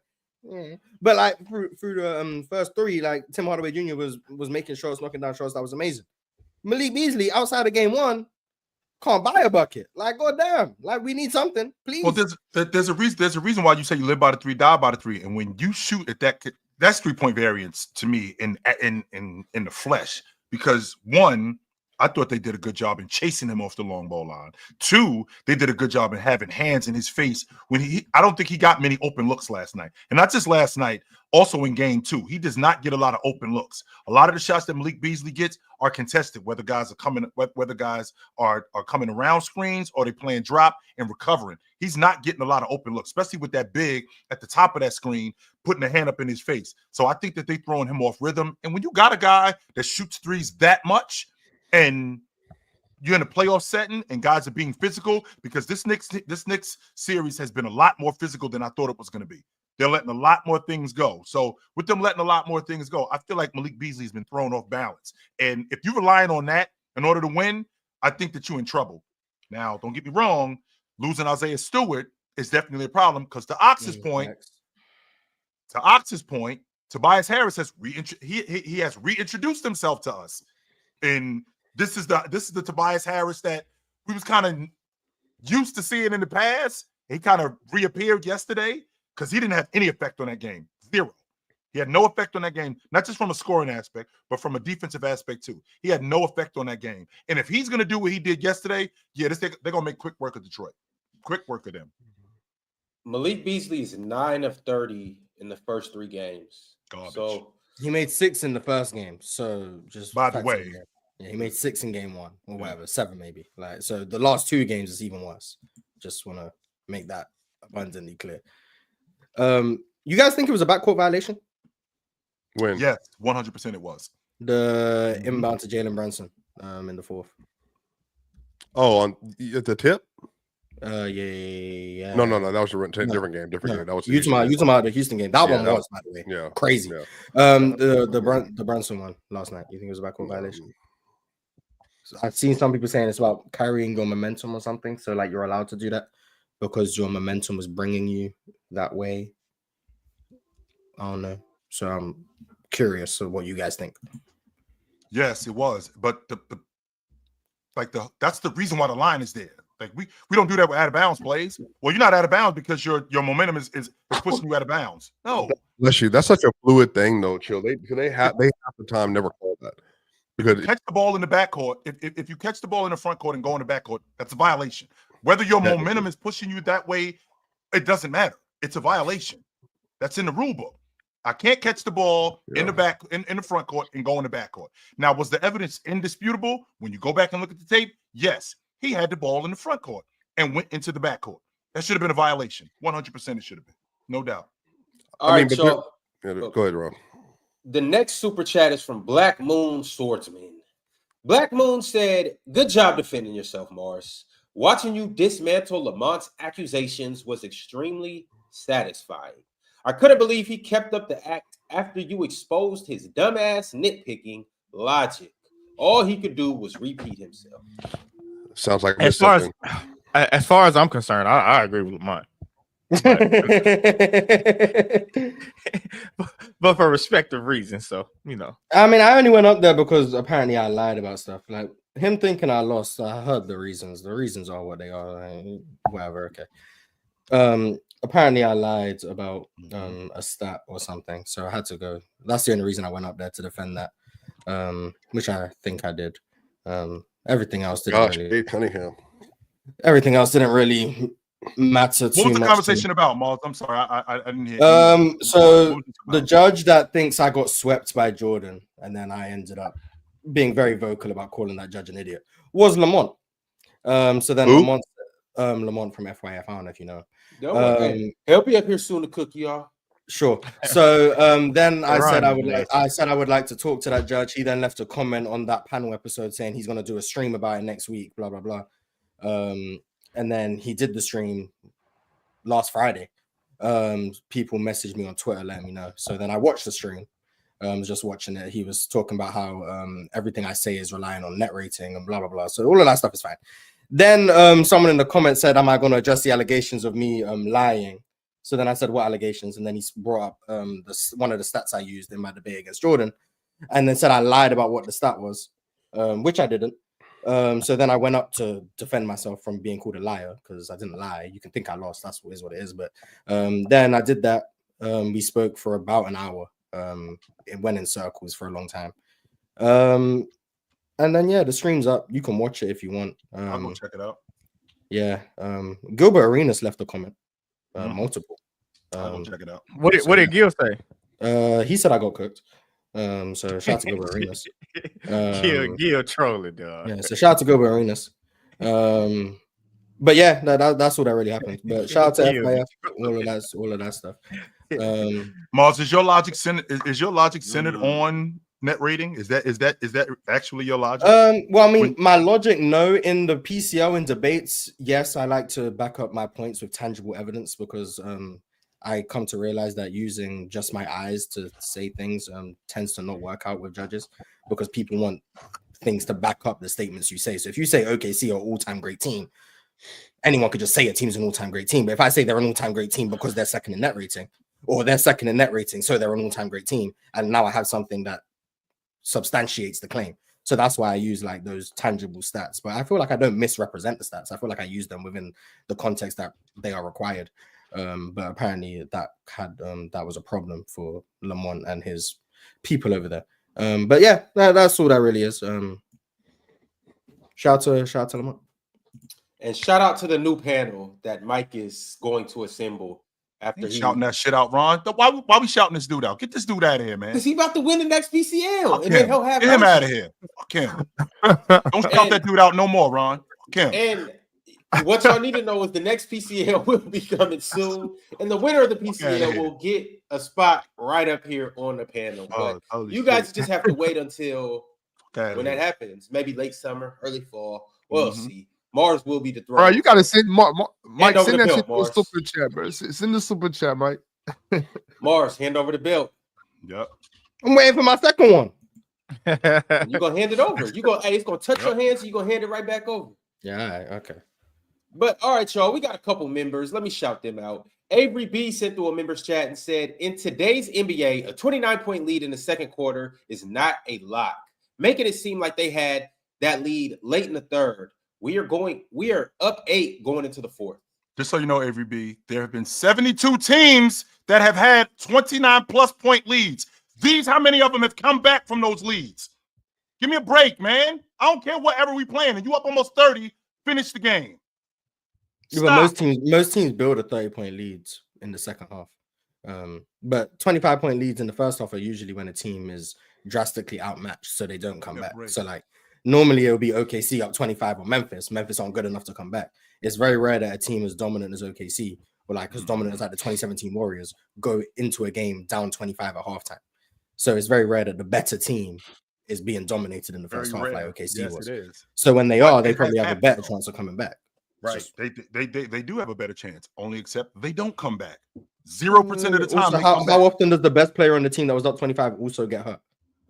Like a lot of things went right for OKC. The best player on the other team got hurt. You were the far superior team anyway. Like you have the Mars. If you put, let's say, Boston, OKC, Cleveland. Let's just say those three teams, and then you put the other top. We're not going to do the bottom 10, but let's say the other top 17 teams in the league, right? The other top 17, leave the bottom 10 out. You take that team's best player off the team. Start the set. You got 24 minutes of basketball. You're up 30. To be fair, OKC, Memphis were only up like 25 going into halftime. It was not 29 at that point. Just for the sake of the experiment, let's make it even. Call it 30. Sure. Give me 5 points. Let's call it 30. Of those 17 teams, I expect 12 or 13 of them to win. Like I expect all of them to win. All of them, not some of them. I expect you to win up 30. If you take the best player off the team, I expect you to win up 30. That does not mean I think it's unfathomable that you won't. But it's completely not unfathomable. If you're up 30, I expect you to win the game. If their best player comes off the court, if you are up 30, you could rest the whole starting 5. I expect you to win the game. You're up 30. I expect you to win the game. That doesn't mean that I think it's impossible for you to lose. But my expectation, go ahead and win the game. I expect you to win. Right. Up 30. OKC walking down probably 26 teams in the league. If they lose their best player. They could. If they lose their best player. 26 teams in the league, Ron? They wouldn't. Like, they wouldn't beat all of them like first try. But they Ron, if OKC was minus 25 at the half against Milwaukee and they lose. And Milwaukee loses by 25. And Milwaukee loses Giannis. They're losing by 25. Wait, no Giannis, chill. Giannis. Okay, now. Oh, no. OKC will go from down 25 to winning the game by 30. Okay. That's different, though. Right. That team without Giannis. Oh, my God. Actually, I got the Bucks winning tonight. Shout out to Jordan, by the way. He said the Bucks would win game 2 by 20. But yeah, I said that. When the hell I said that? No, he ain't say that. Okay. I got the Bucks. Mars. I didn't know. I forgot that it was in Indiana. I'm in game 3, bro. Game 3 by 20. You hear Giannis say he know what the deal is. He know what you got to do. Yes. I heard Doc say that shit, and I'm like, Doc. Never mind. That cancels each other out. Yeah, I'm like, Doc, please don't say nothing that's gonna get you fired at the end of the year. Oh, Like, please do. Please get fired. Bro, Please. Doc don't need to get fired. Like, why do y'all think it's Doc? It's not Doc. They just like It's never Doc. They just no. Sometimes it is, but this Yes, time it it ain't is. Doc. This time it ain't Doc. I don't know what another coach would do with this team. Oh no, they'd lose too. But Doc still Yeah, sucks. that's what I'm saying. I don't know why. Why would it be Doc? Because He Doc's got been him. stuck in for 15 years. No, they got him. I told you, Doc got them on a winning streak. Doc got them back in the playoffs. Respect Ben Simmons played well again last night. We're Yeah. getting there. Yeah. We're getting there. Joel Embiid, I'm just Paul saying, man. Don't George. do It that, ain't Doc. all Doc. Before we Don't do get that. there, though, I want to shout out a couple members. Mhm. Agent 003 became a member today. Shout out to Agent 003. Brandon Johnson also became a member. Shout out to Brandon Johnson. Cheese gifted 10 Players Choice memberships. If you got one of those memberships, like the video. Shout out to the Hall of Famers too. Minor, Cheese, Vale, Tyrese Williams, and Multi Kenny. It is Hall of Fame Friday. If one of y'all trying to pull up, hit me on Telegram. I got you. Whoa. We need Vale to pull up. Vale was supposed to pull up last Friday. Get your ass up here, Vale. Come on, Yeah, Vale. we need Vale to pull up. Hey, Vale, who you from? Who you hiding from? Who you running from? Yeah, Who is Vale Vale? was on What's I know going it ain't the on? big bad swiper you running from. Yeah. Mhm. Vale was on What? playback. I believe Vale's here today too. He was in the chat. Vale was on playback, and Mhm. Vale said that he'll pull up on Friday. That was 2 Friday. That was last Friday, man. We on Vale to another Buffett. Friday. Crazy. Come on, Vale. Slide on. You from Flavian Zero. Vale from Brooklyn, right? Oh, the Bronx. Yeah, he from New York. Yeah. All right, Vale. Do it for BK now. And I ain't talking about Burger King. Come on now. I'm talking about, your city. Let's go, Vale. As you were saying, Ron. Mhm. Flavian Zero said, Shams just said that Alijah Arenas is out of his induced coma and making progress in recovery. How much is this? Hey. lawsuit? Thank God. How much is this lawsuit against Tesla? The Cybertruck. Yes. I don't know how the accident happened, but why did Car they put caught him on in a fire, coma, by the though? way. The car It's 'cause caught on fire. I mean, I think it's because he hit something though, but I don't know though. No, I think he it hit a wasn't fire because hydrant. that's why because the car caught on fire. Oh, see, I didn't see that. I didn't see Yeah. that. I don't know. Yeah, I have no idea. But I want to know, why did they put you in a coma though? Smoke inhalation. It's a precaution. So put somebody in a coma? You because of that? inhale too much smoke, then you get put in a medically induced coma. I'm not a doctor. I can't tell you the That's reason. all. I want to know why. I can't tell you the reason, but that's what they do. I'll Google it. Google it. Yeah, I do we want to know have any why doctors the in the reason. house? Treat your lungs, though. I would assume it's to do that. Do we have any doctors in the house? But damn, do I got to go in a coma Yeah. for y'all to do that to me? Do we have any doctors in the house? I mean, I'm assuming it's probably painful. So they got to, just like when you get surgery, they put you down. But I don't know. Yeah, I know it's protocol, but I just want to know. It why. aims to protect the brain and other organs from further damage by reducing oxygen demands and allowing the body to focus on healing. Okay, that makes sense. I just want to know why. I just want to know, because I'm like, if I don't need to be in no coma, don't put me in no coma, dog. Just for everybody, just for information there. If you're ever in a fire, the best thing you do is always to make sure you cover your mouth as much as possible, because most people don't die directly from the fire. They die because of smoke inhalation, because it's what it does to your body afterwards. So I had no idea about that, Swipe. Swipe. I've been through the fire all my life. I had no idea, Swipe. Or you can just turn into Frozen and just. No, you can't. That's why the firefighters tell y'all that when they come to school. They used to come to the school in the 90s. I don't know if they told y'all that. No, not just stop, drop, and roll. Obviously, stop, drop, and roll, but like get down, because smoke rises. You know what I'm saying? Most people die from smoke inhalation. That's just what the firefighters taught us. That's how short people are.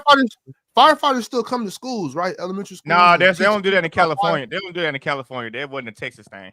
They weren't doing that. They wasn't They weren't doing that. Damn, y'all had the DARE program though, right? Like, don't do drugs. Oh yeah, for sure. Yeah, for sure. But then they stopped coming too. You guys listen to that program?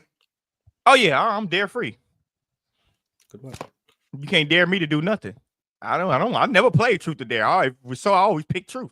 Not finna dare me to do something. And I still might have lied. I mean, you know, I just don't cooperate. Yeah, I've never understood that. There was never an obligation to actually tell the truth. You know what I mean? Yeah, I dare you to go jump off that building. What? The spirit of competition, Mars? Yeah, my aim is to win, not Swipe, experiment. are you ho. Swipe, are you okay, brother? Yeah, I was just, for me, this is a very sensitive subject, so I'm just glad he's doing okay. I just want to make sure that you're all right, my man. I'm glad. I was shout sick out to yesterday, but I'm Elijah, glad, and happy that you're out of your coma. Happy that you are safe, and it wasn't any damages. So there wasn't any physical harm to him. Obviously, he had the smoke inhalation, so thank God for that. But also, we're praying for a speedy recovery if there is any setbacks or anything like that. Yeah, hopefully he's on the court next year to play for USC. Mm-hmm. That's a fact. It ain't even about him playing. It's just, boy, you got to go through PTSD for a little minute, especially dealing with like car accidents and stuff like that. I don't know where, they said it was at 4:55 in the morning. I don't know if he was going to a workout or something, but it's like, you got to deal with all that mental part before you can just start assuming that, basketball is the number one thing. That's the part for me that I was like worried about. Like, even if he had some structural damage or something like that, it ain't even about getting back on a basketball court. It's just like, you just being shocked. I know a lot of people that got in car accidents and they still haven't recovered. Like they get PTSD in the car. So Jordan, really quickly, this scar right here. The scar is from a car accident I was in. I was in a truck right here, as you can see. It's 5 stitches. Right. So I was in a car accident. And we ended up hitting some black ice in Utah.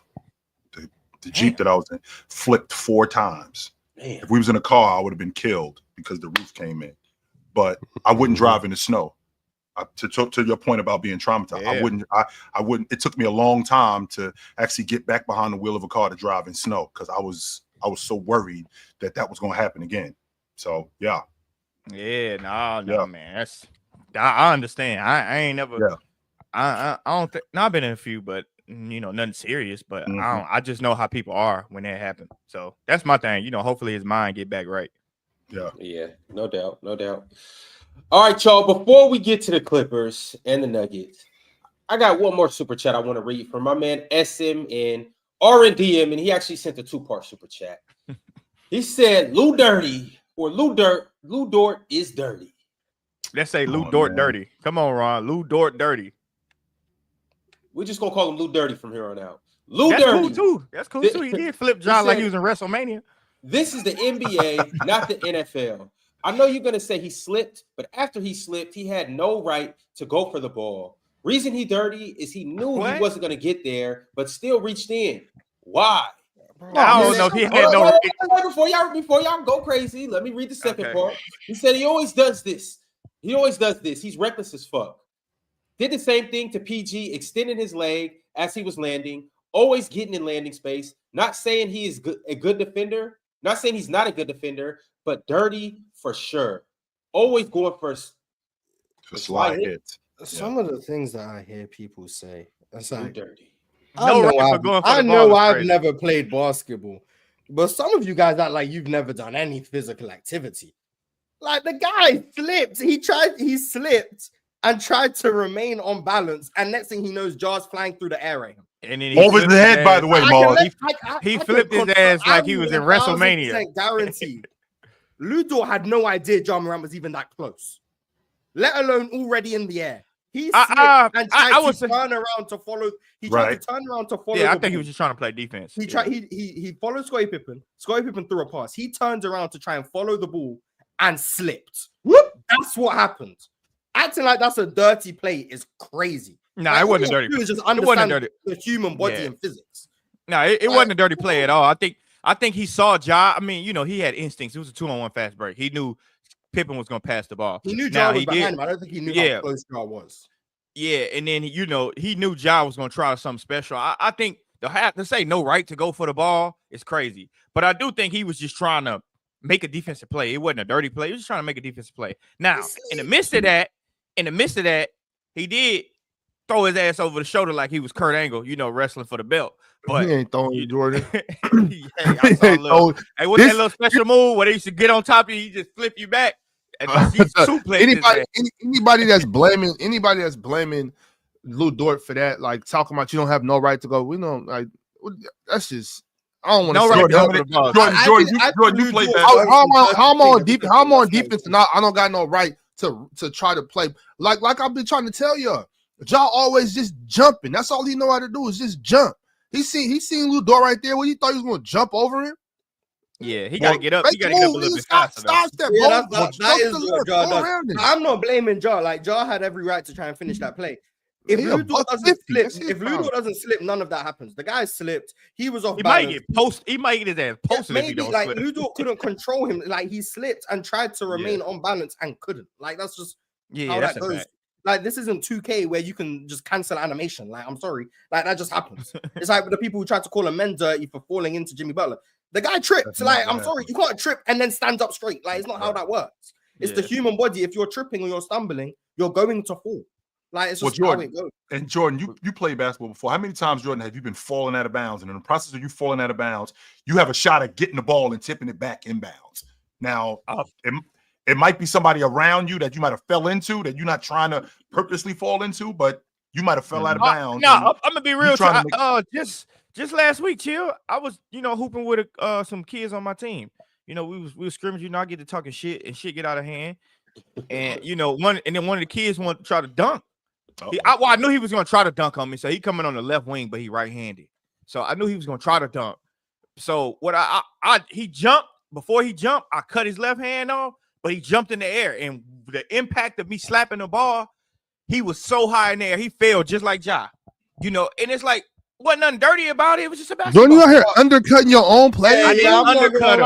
I'm not What the hell? That just sounded like a flagrant. Come on, Listen. So look, this man dirty ass freshman. Listen. So look, imagine somebody is coming to the goal like this. I know exactly what you're saying, All I did Jordan. was swipe for the ball. And the momentum, because I'm in the momentum, air. the momentum of him losing the ball. Made me go this way. That's what happened. And that ain't the point, though, Jordan. Ooh. The point is get off. Don't hurt your players. What are you doing? Let them dunk the ball. Let them dunk on me. You get out the way then. Get Jordan. No, I gotta teach. I'm not gonna lie. Jordan. I just want the best light. That is not. No, I don't look at be painting the light. Shit, put me in the dark. I don't give a damn. All I'm saying is, hey, I wanted to show him, hey man, you kind of go between. If he'd have went between the legs, he could have just dunked it with his right hand. But I'm talking about dribble between his legs. He was dribble between his legs. He could have just dunked it with his right hand. But he was so caught up on me talking shit that he wanted to prove something to me. And I knew it was coming. So that's all I'm saying is like when you jump sometimes, any little contact throw you off balance like entirely. Even if you don't even make contact, you just hit the ball while somebody jumped, that throw him off contact entirely. That is true. Jaylen Brown is questionable for tonight. Yeah, when you what did I tell y'all?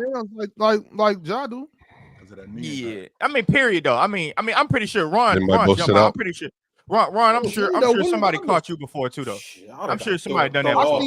I seen Ron try to kill a 14-year-old girl one time. Outside, on some days. So Ron ain't much better than you. Look, I'm telling you, we was out there playing. A couple girls was on the court. Ron tried to dunk on her. Oh, you trying to punch a 14-year-old girl? I would have done the same thing, Ron. I'm lying.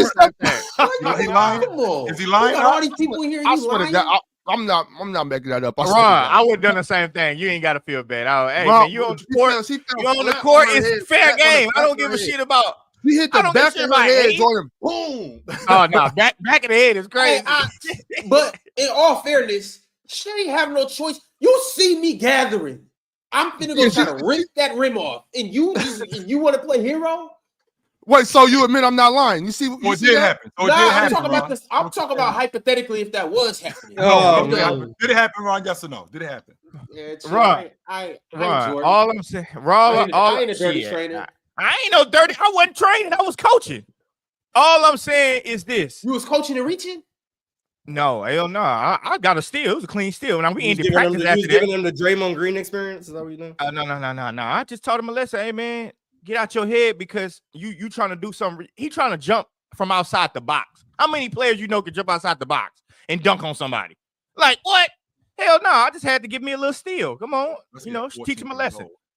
But no, he was 15. He just turned 15. By the way, he about 6'6" though. He just turned 15. But what I'm saying is, Ron, to your point, You on the court with me? I don't give a damn what age you is. You're not getting no shots up. You're not getting nothing up. Blocking. I'm laying it up. Hey, man, I got to teach you a lesson. I ain't nothing for free. In defense, though, it's like you knew he was about to go try to dunk it. She came help side. She wasn't guarding him. She came help side. So she was on the weak side, Ron, and you punched it on her? She went up. She went up like she was finna meet him at the rim or something.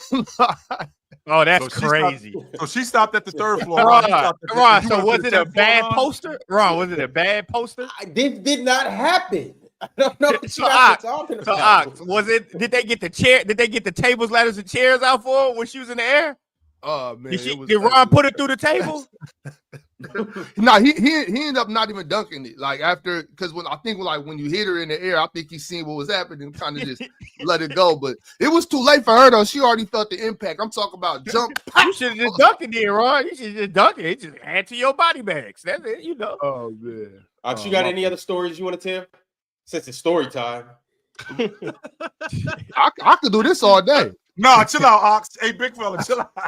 Hey, Mar said that Jaylen Brown is out. All I want to say is Ox. No, he said he's questionable. Question, whatever. They don't need him. They need one of them. No, they don't. All right. All I said was Ox. I told you. I said, man, all that stuff Jaylen Brown doing with that knee. Hey, man, that's gonna wear and tear on you, brother. JT needs to come back. Part of it. That's part of it. They got a 2-0 lead though, so we'll see. All I was saying is it's not structural. So you're up. Derek White to step up.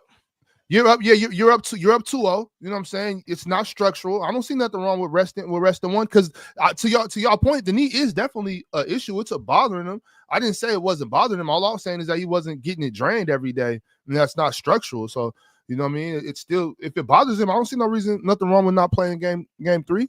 But with that being said, though, Chill, do you risk that if he can play? Do you risk that? Do you risk losing game 3 and maybe that catch some momentum? Game 4, is JT going to be back by game 4? You know, I'm actually changing my tune. I know I said yesterday if they win game 3, I would sit Jason Tatum for the rest of the series.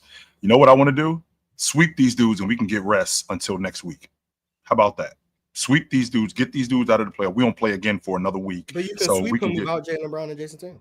Can we do that though? That's the $1 million question. I damn near think they could. I'm confident. I'm 100% confident we could do that with these dudes. Without these dudes, and I feel like with these dudes, we can do that, and then we almost guarantee ourselves. Who's the second best player with no JT, no JB on the roster on the floor? Who's the second best player on the floor? Derek White. Who's the second best? Derek White. I thought you meant on Boston. On the court. No, on the court. Franz. On the court. Franz are the 2 best players. In the series right now? Yes. Yeah. No Jaylen Brown, no JT Tatum. Paolo and Franz are the 2 best players. All right. Porzingis, Derek White. As far as impactful though, Swiper, I got Peyton Pritchard, Derek White, Al Horford, Kristaps Porzingis, Drew Holiday. I mean, Porzingis hasn't been great this series though. So yeah, I'm not mad at what the Celtics got. Well, JB and JT are taking his shots away from him, so let him be. He just hasn't been number one option. Great. He just hasn't been as great or got as many mismatches as he would hope. He's got to the free throw line though, so that's cool. KP Masters tonight. He's been good defensively though, but against this Orlando team, how hard is it to be good defensively? I don't know, but like. The Celtics can sweep them without Jaylen Brown and Jason Tatum, but they can also lose a game because Paolo is ridiculous. Franz can have a great game, and Orlando can get hot from 3. But I don't feel the need to. Me personally, I they end up sweeping these dudes without their 2 best players. They end up sweeping, and you got your 2 best players. And you know how bad Swiper wants that to happen too. Do you know how bad Swiper can't wait for the Celtics to beat Orlando without Jaylen Brown and Jason Tatum? I mean, I think they can. I think it's if they were to beat them, I mean, I think it says a lot about Orlando. Like we can't get a game without their 2 best players on the floor. Without we got our crew, and don't get me wrong, Jalen Suggs is not available. I can get with that part. But without their 2 best players, we can't get a game. Forget winning the series. We can't get a game. Maybe we ain't as close as I think we are. Maybe we're a lot further away than I think we are. If we can't get a game. And we lose to a team, even though they're the world champs, 100%, but we lose to a team in a series where we can't get a game. So if you take Jordan and Pippen off the floor, you take Kobe and Shaq off the floor. This if isn't you take, that though. What is it then? I fully mean It's everything I've said their about. two best players. That's all I'm saying. I'm using the reference. I hear of your you, two but best this players. is no longer the 1990s. So I think the Boston And I Celtics are very deep, and they have their scheme in particular and how Missoula deploys their roster. I think they can absolutely win 2 games because of the way they play and how much movement they're going to require Orlando to still make, and because of their reliance on the 3-point shot. If they shoot their norm at the 3-point line, they're still going to give you 110, 115, 112 points because they're going to make a bunch of threes. I think Peyton Pritchard and who was that game against this year, by the way, when Peyton Pritchard and Derek White had 40? Y'all remember? It wasn't Orlando. I don't remember who it was. Wait, what?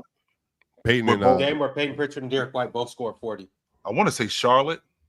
San Antonio. My brain went to the Nets, and I don't know why. I think I'm just a Nets hater. it was Blazers? Nah. the Celtics. Luckily, Peyton Pritchard only has 1 40-point game this year. So, And that was San Antonio? Portland. it was the Trailblazers. Portland. And They this have was DSG Piccolo. was this a good Portland? Was that the good Portland treat? It was in March, so this is technically during a good Portland phase. Yes, sir. Okay. Yeah, we'll see. So to be able to put that together without your two best players, wow. And crazy thing is, Peyton So that Pritchard's means going to that- start. then- He's going to insert Sam Hauser into the starting lineup. So it's still going to be Drew Holiday. And this is me assuming what he's going to do. Sam Hauser, Drew Holiday, Derek White, and then you got Al Horford. Al Horford. That's still really good. It is. And then you bring Peyton Pritchard off the bench. So maybe we got to give. So Luke maybe we got to Cornett give. get some minutes. Maybe we got to give Coach Missoula more credit for the coaching job that he's doing, because when I lose my two best players out of the lineup, then I mean a lot of stuff has to go differently now. Because now, like the schemes that we run, I don't have the playmaker that I have on the floor. Those two scorers aren't on the floor. Those two defenders aren't on the floor. We lose a lot of stuff losing those two guys. So now I got to switch up everything. Now, the way that we would switch with Jaylen Brown and Jason Tatum on the floor. Are we still switching like that all night, Yes. even against this Orlando offense? Are we still switching like that? Because to be quite honest with you, I'm not sure I want Sam Hauser, as good as Sam Hauser is as a defender. I don't want him switched on Apollo. I don't. They don't have No one's done a good job switching on to power. Yeah. So like, No, they don't have a negative defender on the roster other than Peyton Pritchard, and he's barely a negative. Is that a because of how fact? hard he works. Is that a fact that they don't have one negative defender on their roster? That plays. I think Luke. outside of Peyton, yeah. Yeah, I think That's Luke what I'm talking about, Cornett, because I'm thinking Sam about Hauser. Pritchard. Yeah, he's the only one. Yeah, he's Yes. And I Peyton's still a good defender. He's a smart the one. defender. Peyton's a good defender for his, but like he's good at guarding his position. Mhm. He just Sure. can't switch up. Obviously, Yeah. he's 6'2", Mhm. 6'3". That's a good defender if you guard your position good. I think Peyton Pritchard's a good defender. He's And I'm capable. not He's really- capable. It's just the requirements of today's NBA. It's just kind of limited. If all you can do is guard small guards. But all right, fellas, Small guard. let's get into it. Hello, Swiper. We are going to talk about the Clippers and the Nuggets last night. Well, quite frankly, the Clippers just beat the hell out the Nuggets. You know what I'm saying? What's there to talk about, right? 117 to 83. The Clippers' three-headed scoring trio went crazy last night. James Harden, Kawhi Leonard, Norman Powell, Went crazy. Zubac too. Well, four-headed scoring trio, and they just really kind of stifled the Nuggets. Mhm. Thoughts on this? Everything I said could go wrong. It's gone wrong. I feel like I said. What this has gone going wrong, into the series. Swiper? What is going wrong in your estimation with this? With this? They fired Because Mike. again, the series isn't over. It's not like this thing is over. We're done. The Clippers are moving on. You're up 2-1, right? There's still some light here. It's not like the series is over. You're down 3-0. So what has gone wrong, and how can we fix this? Well, it's not a Fired Mike matter. Malone. Chill. That's your problem, Ox. Yes. I mean, the team was obviously in ruins. But go ahead, Swiper. No, I mean, I feel like it's just there's nothing I can say to you all or to the people in the chat that will trump anything I've said this entire year about them. I don't think they right now don't have 4 playable players. That's a problem. Because Christian Brown, MPJ's hurt. Aaron Gordon is hurt. Like both of them are hurt. They're like they would be missing games as regular season play right now. Brown has not been good this series on offense. Defense, he's had good stretches. Yeah, been great. Russ has not been good on offense most of the series. He also going out with an injury yesterday. I think in limited minutes, Peyton Watson has not been effective. He plays good. He's played good defense, but he's still young, like learning a lot. And then they're playing a second-round pick in Jalen Pickett and a second-round pick in Peyton Watson. They don't have 4 trustworthy, playable players right now that are all healthy and engaged. I think that this is like this is one of the things I said. I think the Clippers are a deeper team. They're a better team. They're a better coach team as of this point. I also think they're a more modern team. They have more modern offense, more modern defense. They have just a personnel that actually makes sense. Like they have, I think, 9 players that are all very playable in a series, and at least 8. Ben Simmons, it's the 9th, but he's played good. I'm saying he's worked well with the unit. Like Batum, I would argue that Nicholas Batum. I said 6. I would argue Nicholas Batum right now would be the 4th or 5th best player for Denver right now. He's been great. He's been amazing, man. Yeah, so his 3-point shooting, his defense, his rebounding, even the rim protection versus Aaron Gordon. Aaron Gordon literally can't jump right now. Like he got blocked at the rim multiple times and missed layups yesterday. He's had a calf injury for months, which is why I've told you the Nuggets defense. I'm seeing Aaron Gordon jump this series, but I've seen your man not step up and show some real carryability. That's what I'm seeing. I saw this team win a championship a couple seasons ago, and the only thing that's changed is KCP and Bruce Brown. I'm just and the saying, league around him has got better. Bro. Yeah, and your man just not really. Right, that really matters. Yeah, I'm just saying, like, let's keep it real. You said everything except for the fact that you got a big ass cone in the middle of the floor. That's just with this 99th percentile rim deterrence. And he's just watching people let it ball. I agree with everything you're saying, Ox. Thank you. Okay, thank you. So why I gotta say it for you, Swiper? Let's keep it real. The dude, we can absolutely keep it real. Why is he missing so many free throws? I don't know. I genuinely don't know. I asked that in game 1. He's shooting 65% from the line in the series. So the injuries are the reason. But he's shooting 50% from 3. So I just expect a lot more from Jokic. That's all I'm saying. I think Jokic is better. I think Jokic is an amazing basketball player. I honestly do. I expect him to play better last night. I thought he was going to have one of them Jokic masterclass type games. I just want him to step up and show us who he is for real. Well, but I feel like the reason I feel like that's problematic.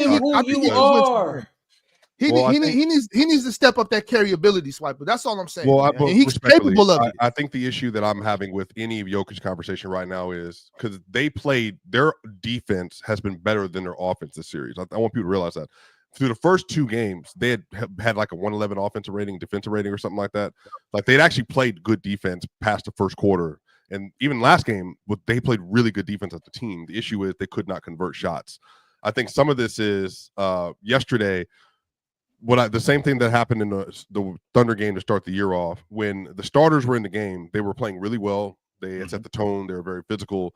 They were scoring at a high level. But as soon as like Peyton Watson and Russell Westbrook and Jalen Pickett start coming in the game, like everything kind of falls apart because now the Clippers they changed the way they're guarding. Russ saved y'all ass in game 1. Y'all supposed to lose that one too. And now you want to blame Russell Westbrook. He saved y'all ass in game 1. Okay, this is what I'm saying. No, I get it. No, this I got to go ahead, Ox. Whatever you want to say, bro.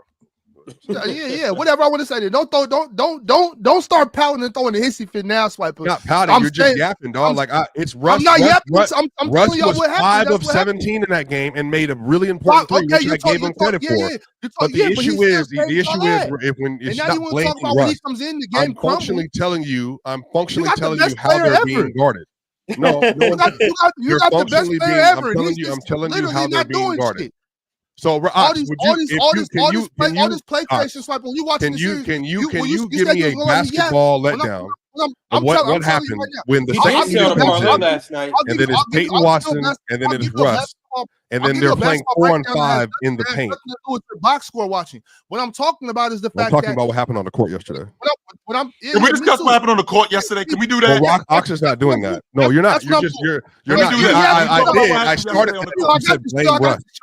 I got this. Okay. What I'm saying is when dudes you always talk about this offensive creating that Jokic is doing and all this stuff carrying that's not happening. When these dudes get open and they're just wide open and Jokic is feeding them the ball, boom, that's layups. But when he has to create, he's throwing the ball all over. The dude's out there looking not so Jokic like. And I'm just trying to get to. I'm You trying mean to get to the bottom. when they had wide open layups in the first quarter that they were making?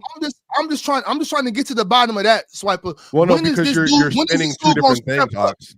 Because there's more than one thing. There's two, but three, Ox, four, you just said he's only throwing the ball to players that are open when he was actively creating advantages yesterday.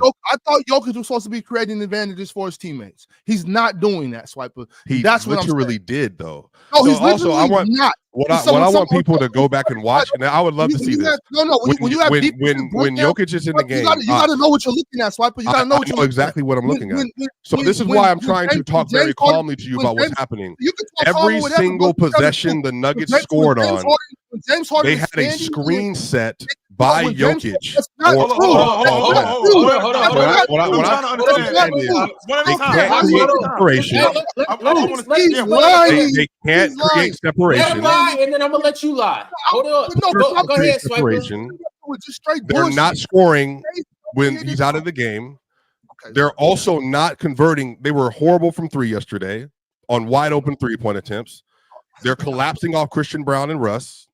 So they're playing 4-on-5 in the paint. And then what's happening is that when this is why it's a team thing. Like what I'm saying is that in the first quarter or in the first half, I think they were 11-16 from three, the Clippers were. But then on the other side of this, the Nuggets couldn't hit any bucket. They couldn't score at all. And what I'm saying is the issues when you only have 4 playable players in the series is they're literally bending their defense on every single possession to keep you from scoring in your best ways. Like, so whether that's why you say 4 playable players, that's kind of crazy. Yeah, so I want you to go through yesterday who you felt like was playable yesterday on the floor. And I'm saying I think there were 2. I mean, I hate when people use the term playable. Like bro, motherfucker have a bad game, now they not playable. Like you just have a bad game. Like Christian Brown's having a bad series.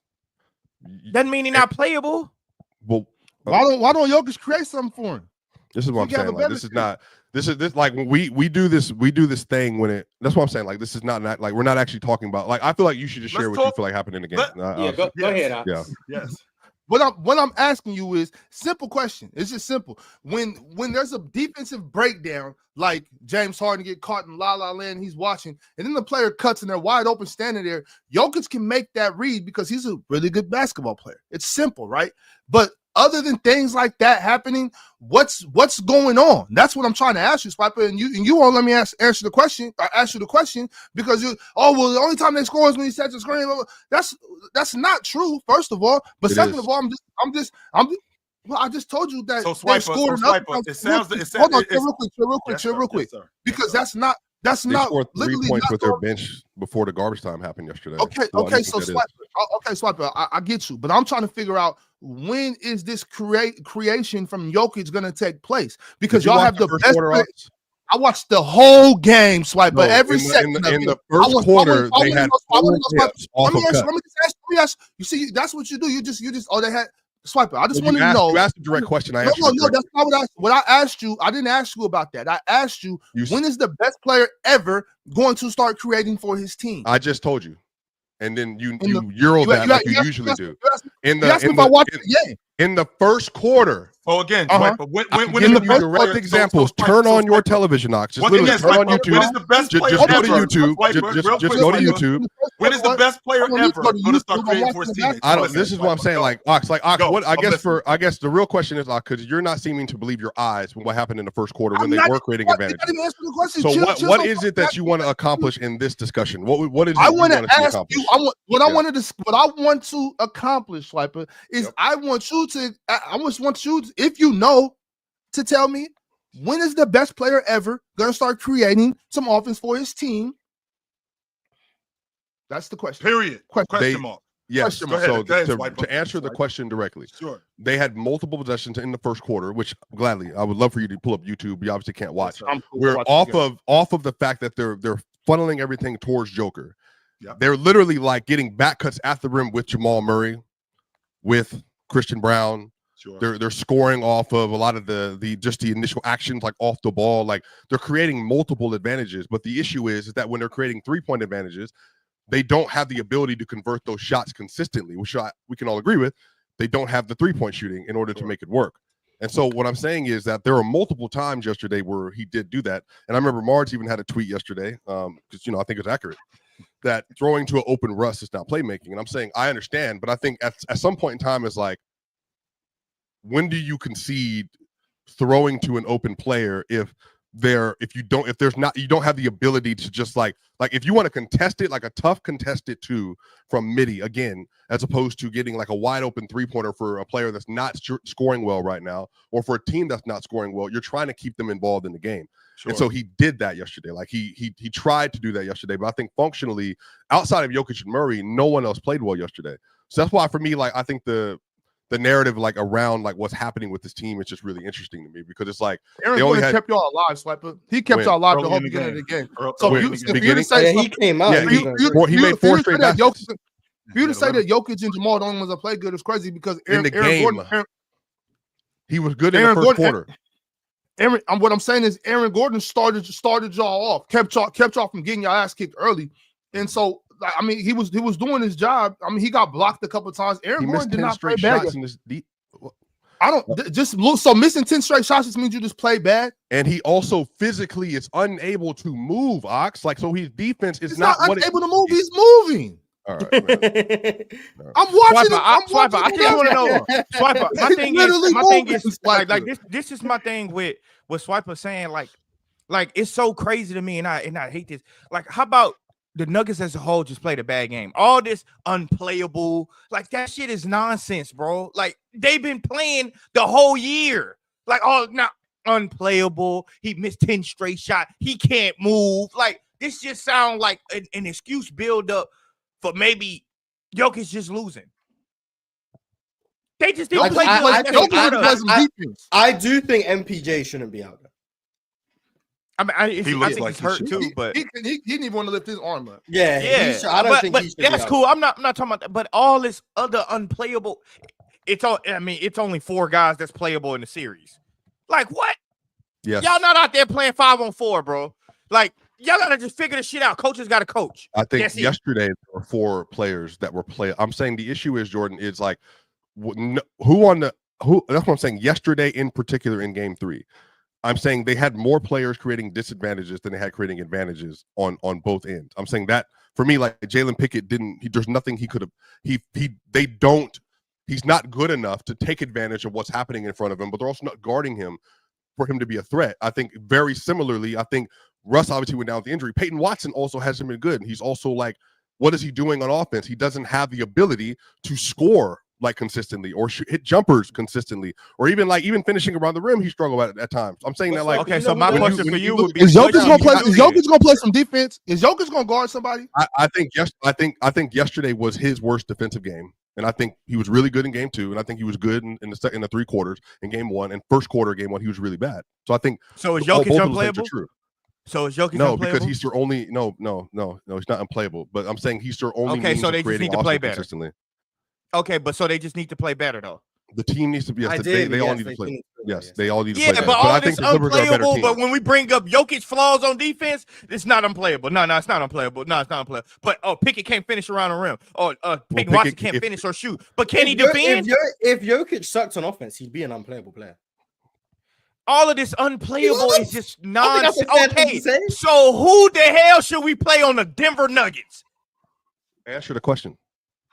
He said, I can't remember who he said. Jamal Jordan, who do you think should be in the rotation? DeAndre Jordan played sparingly yesterday, lost it, and then they didn't play him in the second half. Over who? My thing is over who? Sure. My thing is over who. You probably just have to play Peyton Watson a little bit more. You probably have to play Pickett a little bit more. You just go like with MPJ being hurt. I think I agree with Mars. He probably shouldn't be out there, but with him being hurt, you just got to figure it out like another way. But all of this, Pickett can't score. Like, yeah, he can't score the ways that y'all want him to score. Yeah, he can't do that way because you dealing with Jokic trying to create an advantage, and then all of a sudden he kicks it out. Like, that's not his game. Sometimes it's not gonna be his game. Sometimes, but all of this, we only have 4 playable guys. Like, that shit to me is just like, it's mind-boggling to me, because it's like, bro, y'all had this team all year. Now all of a sudden now they unplayable. I've also told you how they were. I've been low on this team all year. I just want to put that out. I literally said I've been the lowest. On top of that, Jordan, Zubac is thoroughly outplaying Jokic this series. These first 3 games, Zubac is just outplaying him. I don't know if he outplaying them, but I mean, shit happens. I mean, I didn't even think Kawhi played good last night. He To didn't. be honest with you, yeah. So it's just like y'all just gotta figure out a way to score. Like, cause my thing is, so what are you saying then, Jordan, Swipe? If none of these guys Jordan. are playable, Okay. what do you think the Denver Nuggets should do? Quit? Just quit. Fuck it. Let's just quit. No, I didn't say that at all. I Swipe, feel like I've I given you would the like- answer all year. Go ahead, Ron. Yeah, go ahead. I would like to step in right quick because this is the only thing that bothers me. And I like Jokic. I'm not a Jokic hater. I love Jokic. I think he is great. But when I hear things like this is the best offensive engine that the NBA has ever seen, this is the type of shit that boils my blood because you are in a series, a dogfight, your life is on the line, and you shoot 14 shots last night, and you converted on 14. You went 9 for 14. My thing about it is Kobe Bryant is going down with 50. The clip. Okay. Michael Jordan is going down with 50. Tim Duncan, David Robinson. I'm talking about all-time bigs. Hakeem Olajuwon is putting Zubac on the block. Zubac is getting cooked to the crisp. Nikola Jokic, you are this great dominant offensive force, Swipe. So basically, Nobody what can Giannis stop is him in doing the post. Indiana. So basically, Like, we what Giannis asked is doing in you. Oh, my Indiana. That's what we- goodness. that's what we talking about. Basically, Why man, not? I mean, Why even Giannis is. I get what Ron said. what we're I talking do about. think Jokic's scoring aggression is like his biggest flaw offensively. Like sometimes, like That's always been him. He at always the wants end to of play the off day, everybody else. if He's never someone's been wide that open, way. that doesn't mean you have to make the pass every time, and like he doesn't seem to know that. Right. But like at the same time, I also don't agree with Ron acting like these other all-time great players just always went down fighting. I think that's just Because they wishful didn't. Well, they might There's not have, but many hey, games where Tim most Duncan time, wasn't Okay, aggressive okay, and be that as it may, Like, there's I'm many talking games about where- I'm talking about Nikola Yeah, but he Jokic in wasn't this playing with series four right unplayable now, guys, where Mars. Jamal Murray's not stepping up. Oh, Lester, for sure. I'm Aaron Gordon Jamal can't move. Murray's Michael Porter playing Jr.'s relatively well. injured. Nikola Jokic needs to take over. Do you guys remember a couple weeks ago, maybe a month ago, we had a discussion who had better footwork? Hakeem Olajuwon or Jokic? Oh, yeah, the Swiper good old said days. Jokic. So I watched him Jokic, travel on a show- pivot, by the way. I'm Show just me saying, I your watched that happen footwork. yesterday. Get I watched on that the block and cook. Hey, Dirk Nowitzki said, "Fuck a double team all the way to a championship." Why That can't one Jokic? run. Okay, well, Jokic. We're let me asking for see this another one one. run right now. Let me see another run. I'm saying, Jokic, you are this great on offense. Hey, people have said he's better than Jordan, Kobe, KD, Steph Curry. You want me to keep going? Do you want me to keep going? They say he's better than all I guess these I'm trying to. people. You want him to shoot the Jokic. ball more. I got you. Yes. Yes, Yeah. that's what Yeah. we're talking I about. want you to I cook, don't Jokic. think that's Sounds like. crazy. That's what It's it's not. sounds It's like. not. No, I'm just crazy. getting to the meat You and are potatoes of this what he's saying. dominant. I heard Even you're better than Shaq on offense. even Come though on. Swiper, when he Come goes on, for 40 please. and 50, when he goes for 40 and 50, this is y'all. When he goes for But 40 they and lost 50, with him they going to lose. what, 25? Whatever They he had lose. lost with? So you They feel lost. better. 13 to 13. So Damn if you do, damn if you don't. So And if you you better saw do Joker this. yesterday go 45, 20, and 14, Yes, and they Chill. lose, you feel a lot Yes. better about it? Yes. You do?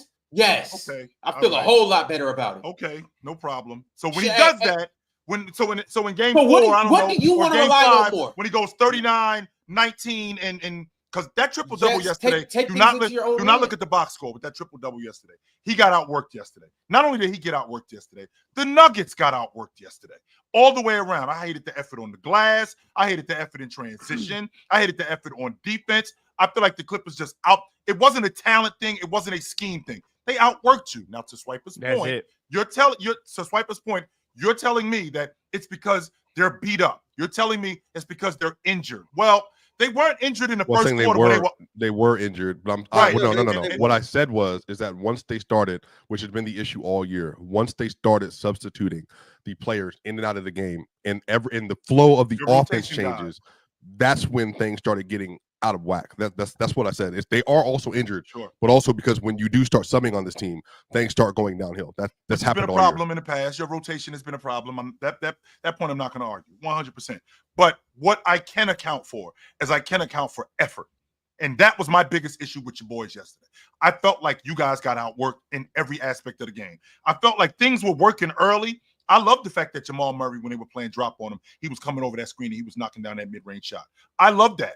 I love the fact that Joker was finding Aaron Gordon cutting to the basket early. I like the fact that he saw Russ at the 3-point line, and Russ gave me a 3 early, and we already know that they're going to concede jump shots to Russ. I get that part.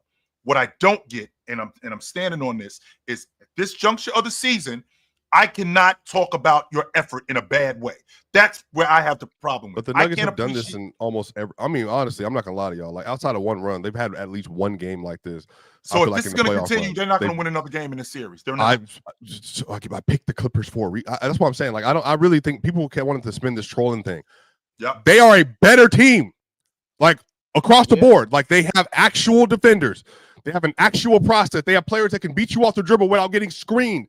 Murray can't get by Dunn or Kawhi or DJJ without a screen. It's not happening. Like Porter can't dribble. Gordon is limping. He's physically not the same player. Like multiple times. I told you this. I feel like I've said this for months. Christian Brown is not a spacer, a shooter. He's not guarded like that. They're going under the screen every time. It's a 4-on-5. It's a 3-on-2 versus a 2-man game. They don't believe anybody else on this roster is beating them other than Jokic and Murray, which is why even in the game 1 and 2, they're guarding the 2-man game with 3 players. And they're leaving one player wide open, and mostly it's Russ. And they're basically begging Russ to go make that shot.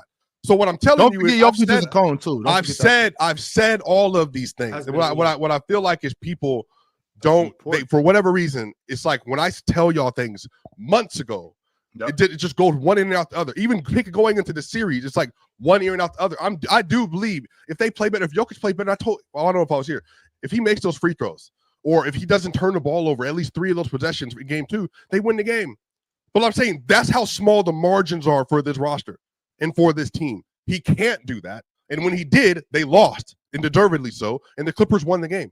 But yesterday, the Clippers outclassed the Nuggets all the way up and down. And I told you they would do that going into the series, and you called me a troll because I was just doing this to boost Jokic. The team isn't good. It's just that simple. It's not good. The team collectively the only isn't one good. who picked the Nuggets to win, right? I did. Me too. Them in 6. I did too. Chill and Jordan. I think the rest of us will have the Clippers. So I picked the Nuggets. Yeah, but I mean, another thing too, man. I've been saying this too. You can't get too high or too low when teams just take advantage of winning at home too. Agreed. Now you just can't get too high and too low on that. That's why if the Nuggets win the next game, swiper temperature gonna change. I guarantee you it's gonna change. I guarantee you it's gonna change. He had the Clippers in 6, so that means he had the Nuggets. Of course, until the Nuggets win the next one. Yeah, but he had them winning 2 games. So at some point they have to win. So Jordan, you just genuinely feel that like no matter what I actually say to you, like what I believe a completely different thing than what I'm actively telling you, like here in person, like what I'm telling you now, or what I told you last week. You're saying that no matter what I say to you, you don't believe what I'm saying, and like I'm gonna flip because ultimately there's just an ulterior motive that's available in all this. Like no, that's it's what it sounds like. It's because I understand what you're trying to do. You're coping because when the team is bad, you want to say, I said it was bad. But then when they're good, Jokic is historic. This offense is an engine. This is that. This is a bunch of bullshit. I can see Jokic is historic. I think. But it's not about just Jokic. It's what he thinks Jokic can do with this team. And then when he does it, and then it's gonna be he's not. He's just also doing a whole bunch of stuff. But it's just like, to me, I see what you're trying to get at, despite that you're trying to say it. But your comments about this team before the season, before the pressure started to kick. Before the playoffs. He sees through you, Swiper. Yeah, before the playoffs, when I said they were at max. Not tricking him. But all I'm saying is this. The Nuggets. But I told you months ago their cap was a second round out, though. I said that to you. You did say that. Yes, I don't understand. Like what Jordan? I feel like this is y'all that it was gonna be a first round out. Y'all laughed at me, but this hold on. But this is what doesn't make sense.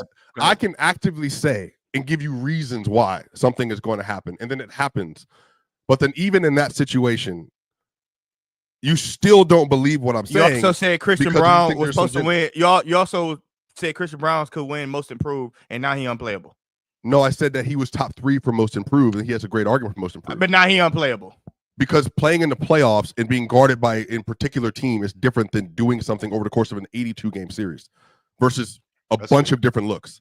I don't understand. What's the problem with that? That makes no sense, honestly. No, it does make sense, but then I told you about because you can also he's not been good in this series. You're so okay, but like I said, my initial thing is people overstate when people just win at home. Like whether you like we saw with the Grizzlies last night, even though Ja Morant got out, got hurt. They was up by a large margin. Okay. The Grizzlies at home. Like, even if they would have won the game, it's like, oh, okay, they won the game, but they're at home. You're supposed to take care of business at home. The Clippers came and took care of business at home. So they up 2-1. If the Nuggets adjust to what the Clippers did, it's a 2-2 series. Agreed. What? Okay, so why would we get into panic mode with a 2-2 series? Well, why would we just say to what happened in game 3? Nuggets just gonna lose the next two? It's no way you. It's no way. This is what I. This is what. Okay, by your logic, you said they're gonna lose in 6. This is what I don't think is gonna happen. If the Nuggets win next game, there's no way you're gonna get on the panel and say we about to lose 2 straight. But I just picked a series in 6 though. I don't understand. Like, why. Okay, all right. Okay, cool. So if the Nuggets win the next game, I want you to get back on here and say 2 games straight we gonna lose. Huh? What? He wants you to stand on Clippers in 6 if it's 2-2. But I don't. But so every series. So basically every series, if it doesn't go to a sweep, basically with Boston versus the Magic. No, you moving it. I'm saying if the Nuggets win the next game, I want you to come back here with this same attitude as these guys is unplayable. They're not this. In game we're gonna lose in 6 games. Unplayable. Swiper. No, because you running from what I know, and you know anything. I'm standing listening to you. You know exactly what I'm trying to do. If the Nuggets win 2-2, are you gonna come up here and say we might win the series, or are you gonna say, are we finna lose the next 2 games straight? I still would have picked the Clippers in 6. Okay. So I don't understand what it is you're trying to accomplish here. So you saying they're gonna lose 2 straight if the Nuggets win next game? If I say the Clippers are a better basketball team, is that me being facetious? No, that's not you being facetious. I'm saying if the Nuggets win the next game, it's tied 2-2. Will you say they gonna lose 2 straight, or are you gonna say somehow Jokic could win this series?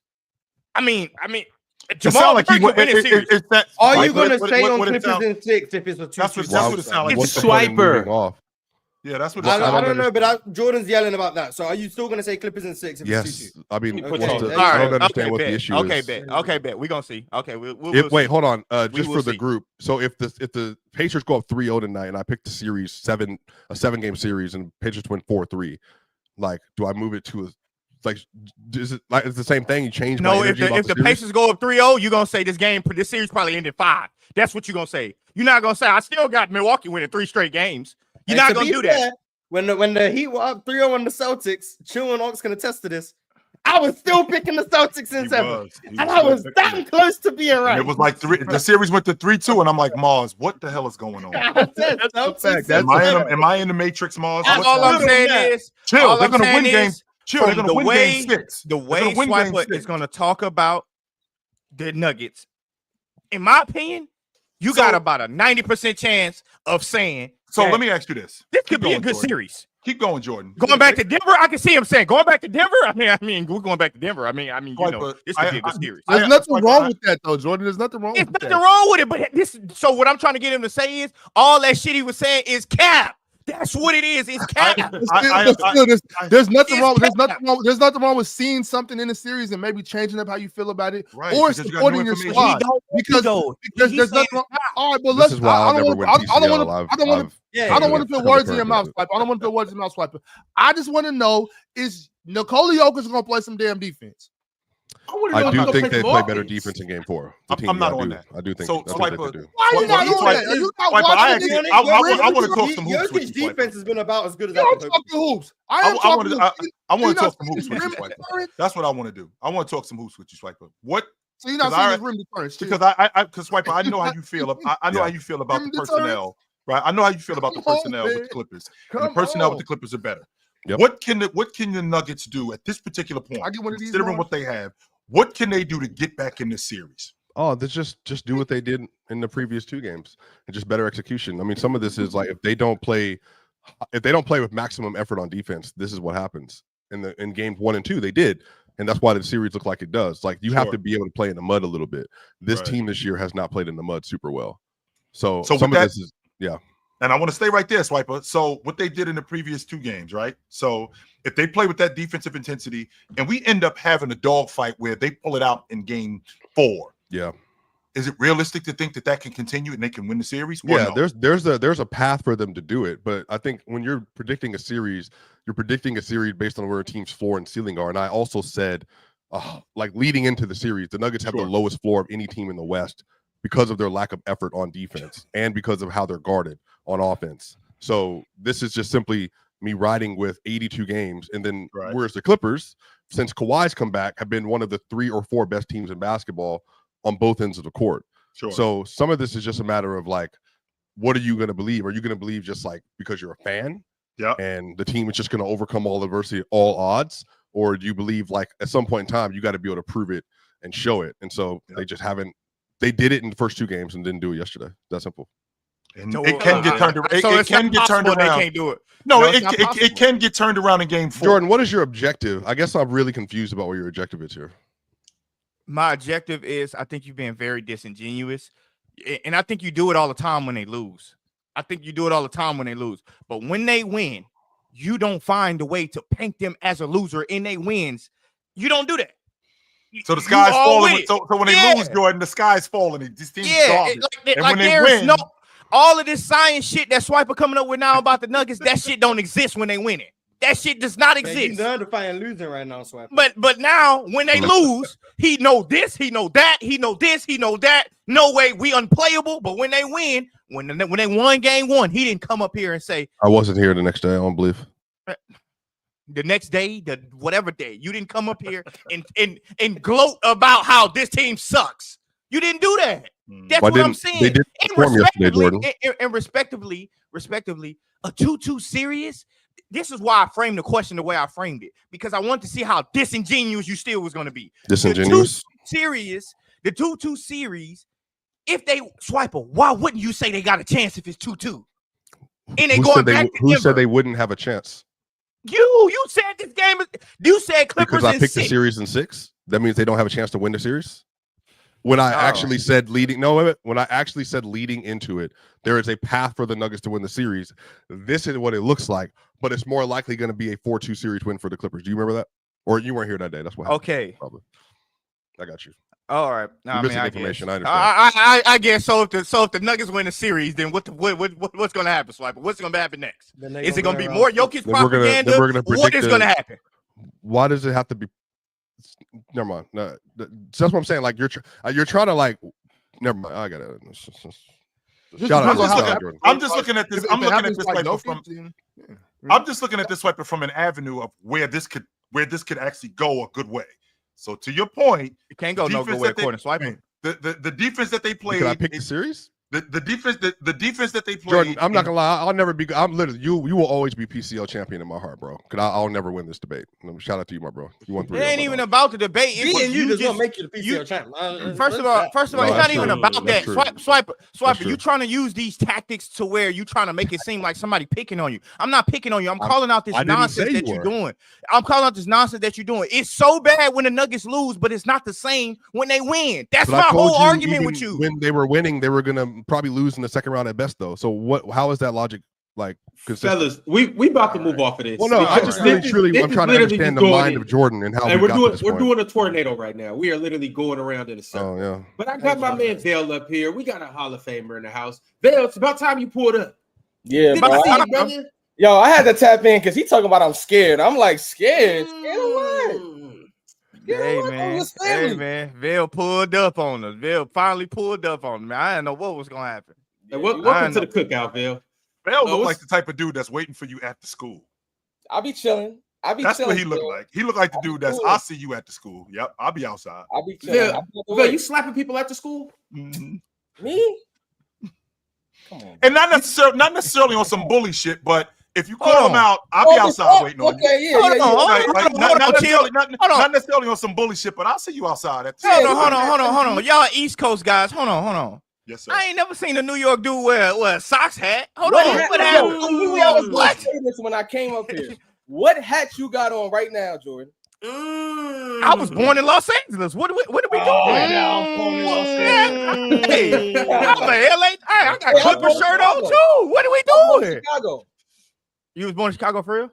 No, he capping. Exactly, he capping. I was born in Los Angeles. Hey, man, I get to wear. I said I only wear hats that I lived in, born in. That's it. Right. You don't never see me wear no White Sox hat. No. So why don't you like? That's boring. Why don't I like who? The Warriors. That's Cali.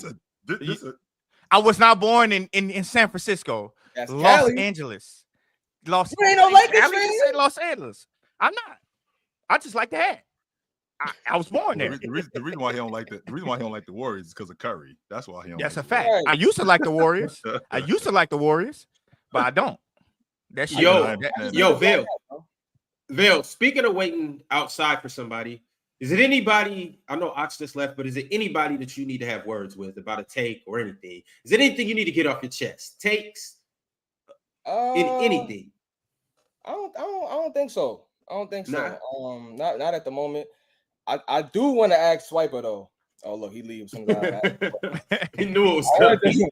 I wanted to ask him, how does he feel about that Jokic and Hakeem being in the same tier as post scorers after last night? Because last night, one on isolation on the block, I wasn't too happy with what I was seeing from Jokic. Like, why does last night spark this conversation? They ain't in the same tier as I'm serious, dude. They might be in the same tier. No, they not, Mars. No, I'm not. They not. And I don't think last night was indicative that Olajuwon and Joker on the box are not in the same class. They're not.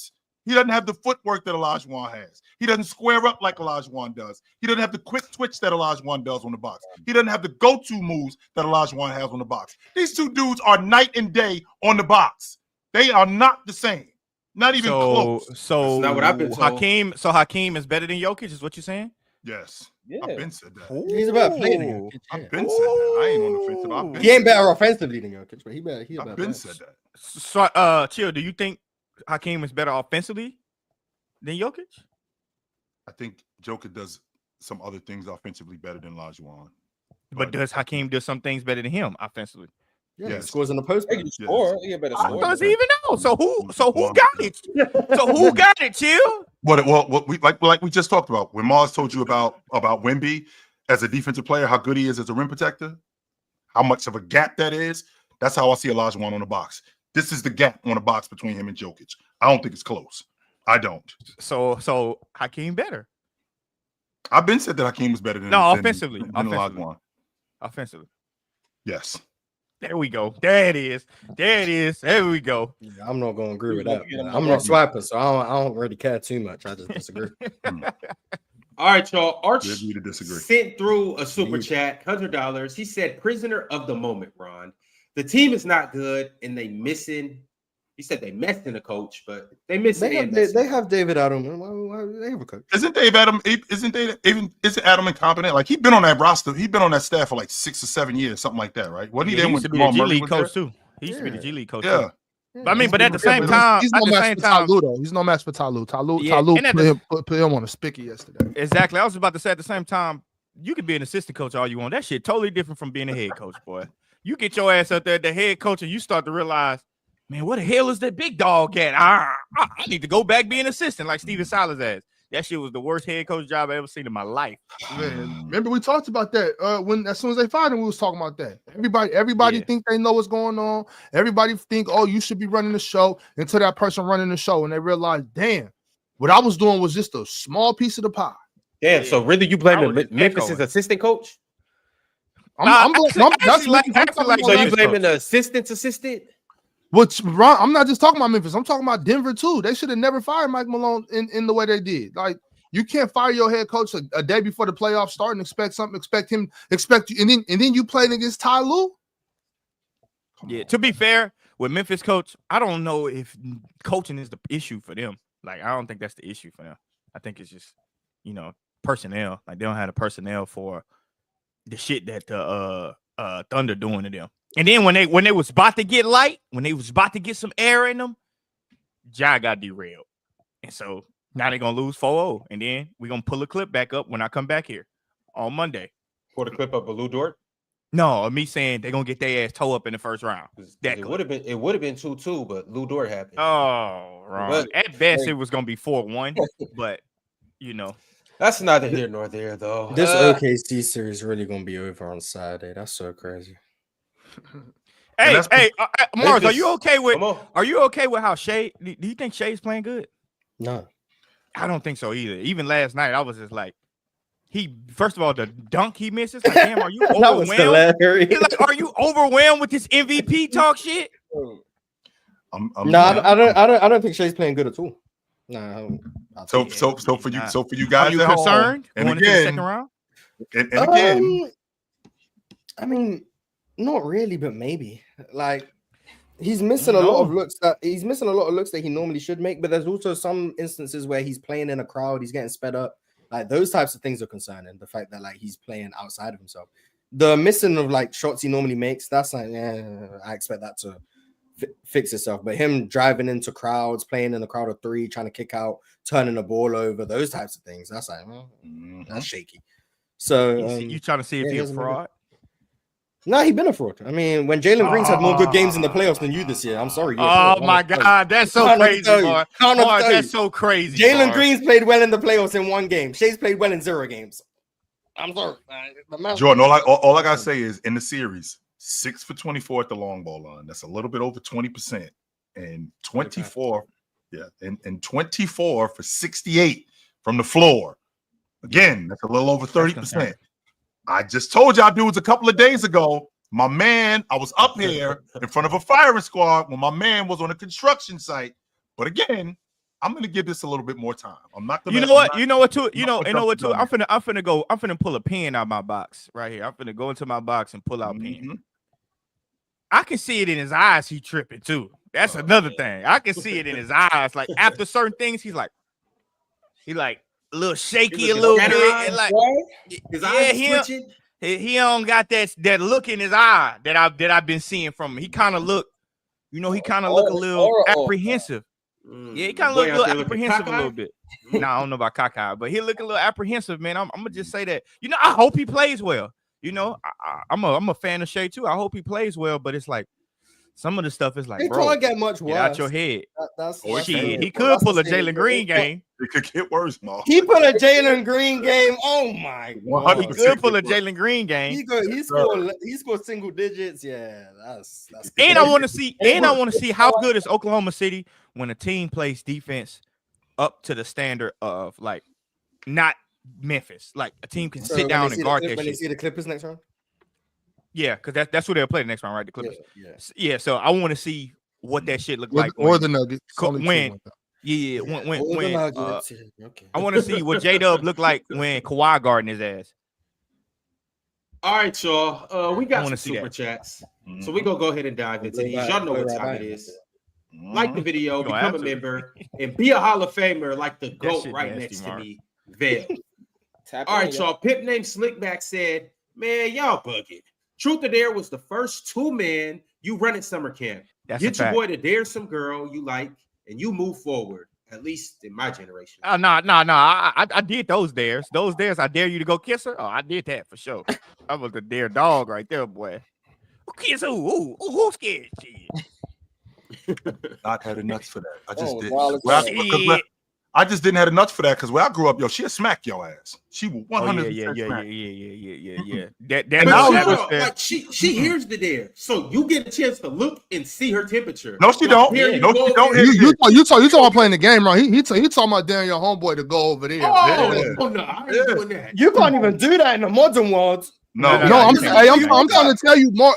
I'm trying to tell you right now. When I look about like what we used to do in like 2nd, 3rd, 4th, 5th grade. If you did that today, now you'd be in jail for sure. I ain't gonna lie, bro. I ain't gonna lie though. My homeboys was wrong.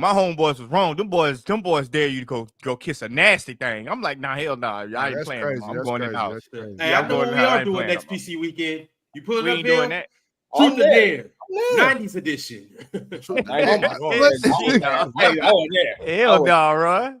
Yeah, hell nah, boy. We're gonna have to call Dr. Sevi. Hey, I'm just saying. I dare you to go tackle that buffalo. Play football, right? That's crazy. Chill had a wild story. Hey, it's gonna be. Hey, Oxyron, it's gonna be like that Glorilla night. We was out at the spot with Dave when they had Glorilla out there that night. She brought all the girls from Memphis down there. Boy. Hell no. So you went to gym night? Hell nah. I don't think Ox came with us that day. Yo, I was asleep that night. I ain't know. Yeah, that's PC weekend Memphis ain't never happening. Man, please no. Shout out to Memphis. But hell no. Val, what were you about to say? Nah, I said that story you told yesterday on Playback with the big chick in the club. You was talking about. You said that was crazy. I ain't gonna hold you. What Bill, you did with the big chick in the club? Took that down, chill. I told you. Yo, she said every time I looked up and she got closer, she looked bigger and bigger. That's crazy. That's crazy, Chill. That's crazy. Yeah, I feel you though, Chill. I don't. They be nice to me for some reason. Then they get aggressive. I was telling Val the story yesterday, and I haven't had alcohol since then. This was in 2002. We went down to Vegas because I had just finished up school. Yeah. This was in 2002, and we went down to Vegas. And I didn't know that in the casino, like I'm at the slot machine. I don't know that if you playing the slots, yo, the drinks is on the house. I'm drinking 151, no chaser. In the process of me drinking 150, I had 3 of them straight. So we get to, and I'm starting to feel, I'm feeling it. We get in the joint, and this chick across the way, she eyeing me, I'm eyeing her. I'm checking homegirl out. She's not bad looking. Actually, she's actually good looking. Here's the problem, Jordan. The closer that she gets to me, bigger she gets. Damn, you couldn't see her from way back there? Nah, I couldn't because I had that 151. I had that yak in me. By the time she gets close to me, she is bigger than me. I pulled my whole. Did you ask her what line did she play for? I didn't ask her anything. What I did was I pulled my homeboy to the side and I whispered in his ear and I was like, "Yo, get me up out of here. Get me out of here, brother. We gotta go." They be mean as hell to me. Yeah, I know she's. I bet she smell hella good too. She did too. I bullshit you not, Doc. She did. What? But I was like, I gotta get up out of here. Jordan, them big girls be smelling so good. No, bro. I wouldn't know. I don't even give him a hug. I wouldn't know. I wouldn't give him. I don't even give him a hug. I have no idea. Yeah, well, you go do it next PC weekend when we hit you with that You dare. lying to me? I'm gonna be in the hotel. You know what? Bro. I ain't I'm gonna lie. gonna dare her to hug you. Oh, hold on. You know what's so crazy? You know what's so crazy? Didn't nobody have to dare Ron one night? We was out there. I need to get the files from Dave. Hey, first and foremost, I was about to say, Ron, we got company, so we just gonna start putting our business in the street. That's what we doing. Let's chill out, yo. Hold on. I've been here for a minute, man. Chill out. It's normal. Hey, Jordan, the difference between me and you, Yeah, I'm bearable. I wasn't the dare. That was one of them nights you drift out. Yeah, hey, chill. You ain't the only one that had a little 151 run. The difference between me and you. God. All right, y'all. We got super chats though. We can't really get into all the PC weekend stories and all of that. Yeah, let's But get my back into man, it. Let's do that. Bovia said Jokic's lack of aggression is one of the key points too. Ty Lue can put Ben Simmons on Jokic, the whole zoo rest, and Jokic won't look to abuse him. While Zoo rest and Jokic won't look to abuse him. Then Zoo gets to abuse small ball or DJ. He looked Maybe good. Ben Simmons is just that good defensively. I don't know what to tell you. Ben Simmons been playing some hella fat defense. Hella give Ben fine Simmons defense. See, Give this is the Ben shit I be Simmons having a credit. problem with Mars. It's So one Ben day Simmons defense ain't been good. he pushing the pace and looking really good on offense, So Ben Simmons and defense then he ain't been good. playing hella fine No, defense. his offense has been below mid. He hasn't been good offensively, but his defense has been really good. It was all right yesterday. Yeah, it's all right. I agree with Bill. It's all respect right. on Ben Simmons. Yeah, Now, offensively, you can see he don't move like he a threat to do anything. But defensively, he can still play some defense. Like that's what he does. He play defense. You almost got a putback yesterday, Mars. Almost. See, look, see shit we be talking Yes, about with these yes, professionals who yes. get paid a lot of fucking money. He almost got a He on putback. the That was so minimum. cool. You know what I mean? Y'all speaking on him like he Bronny James. You guys, he making less than Ronnie. They ain't gonna pull up. Oh, that's crazy. He making less than Ronnie. That's crazy. Yeah, boy. don't do that. Don't do that. Okay, Respect my dude. I bet. I bet you're right. You're right. You're right. MP13 said, if you hear the phrase unplayable, My bad. My bad. The black SUVs outside the crib right now. My bad, bro. MP13 said, if you hear the phrase unplayable and you think he literally means they can't play the game of basketball, instead of they aren't good enough players to contribute based on what's required. Yeah, we use this phrase all the time, so it's not a new development. Yeah, I had to deal with a whole argument about Andre Roberson. Yeah, I hate that. I said it to Mars that the whole unplayable thing, I hate it. Yeah, apparently I'm wrong for saying Andre Roberson is unplayable offensively. Because he's still going to be on. Because it's not football. You can't unplayable offensively. But like the term unplayable doesn't physically mean we have to sub offense defense every play. Like that's not what it means. It means you may be out there, but you are hurting the team being out there. Wouldn't that make you unplayable? That would make you unplayable for the game. Andre Roberson was hurting the OKC, which is what I said yesterday, by the way. Which is why when I said Andre Roberson was unplayable offensively, it didn't quite literally what I said about Game 3. Because everything he did defensively was why he was even getting minutes, but offensively he was hurting the team. That's all unplayable has ever meant in the context of the word unplayable in NBA terms. But somehow people don't understand that. Yeah, but I don't agree about the unplayable offensively either. I mean, you do what you do. This is some new shit where you unplayable offensively. Coaches used to coach. Coaches used to coach. It wasn't no such thing as you fucking unplayable offensively. Well, that's because that's some new shit. Back in the good old days, you didn't need to be able to shoot to be guarded behind the 3-point line. Can't live like that no more. We can't. We live in a different space now. Back in the good old days, you could put Dennis Rodman in the corner and you had to guard him. Nope. Now you had to guard on me. Shit, with certain rules. You did certain rules. Yeah, you did have to guard. But it wasn't like that. It wasn't like that.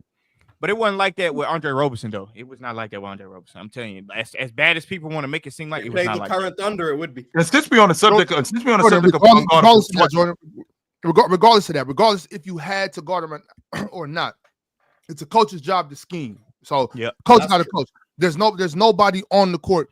If I'm not being guarded, I could be used. Russell Westbrook standing here not being guarded is a coaching blunder. That's a coach. Yeah, you need to scheme. You need to do something. I agree with that. What would you have done with Andre Roberson? You could be doing something. The Thunder did a lot with him. It's like saying you got a scheme to make Jared Vanderbilt viable on offense. Some people just don't have it. Like some people, no matter but it's like for Robinson's situation.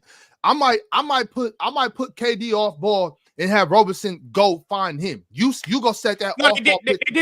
I don't know why people don't think that. I don't know. Okay, so if you Billy Donovan is the coach that left Lou Dort out there too. He never was that type of guy. Jordan, so you do that right? You're doing it. You're making him a viable part of the offense. Yeah, he did. Especially if he's coming off of this wing. I'm setting a pick for Kevin Durant. If Kevin Durant could come off and shoot the ball and he's a threat right there, that means my man has to go. That means I dive to the rim. You know what I'm saying? But you can use all sorts of players that are unplayable because they can't shoot threes. That's a coaching coach's problem. But I use it against Mars too. Can't shoot threes. It was like he. Just a quick question, because Swiper, you brought something. Then he's literally unplayable. No, like he literally sucks. Then if that's the case, if he can't do anything. Hold on, chill. I just want to say this because Ox brought it up. What you do with Andre Roberson? I brought it up when we talked about when we was debating with Mars.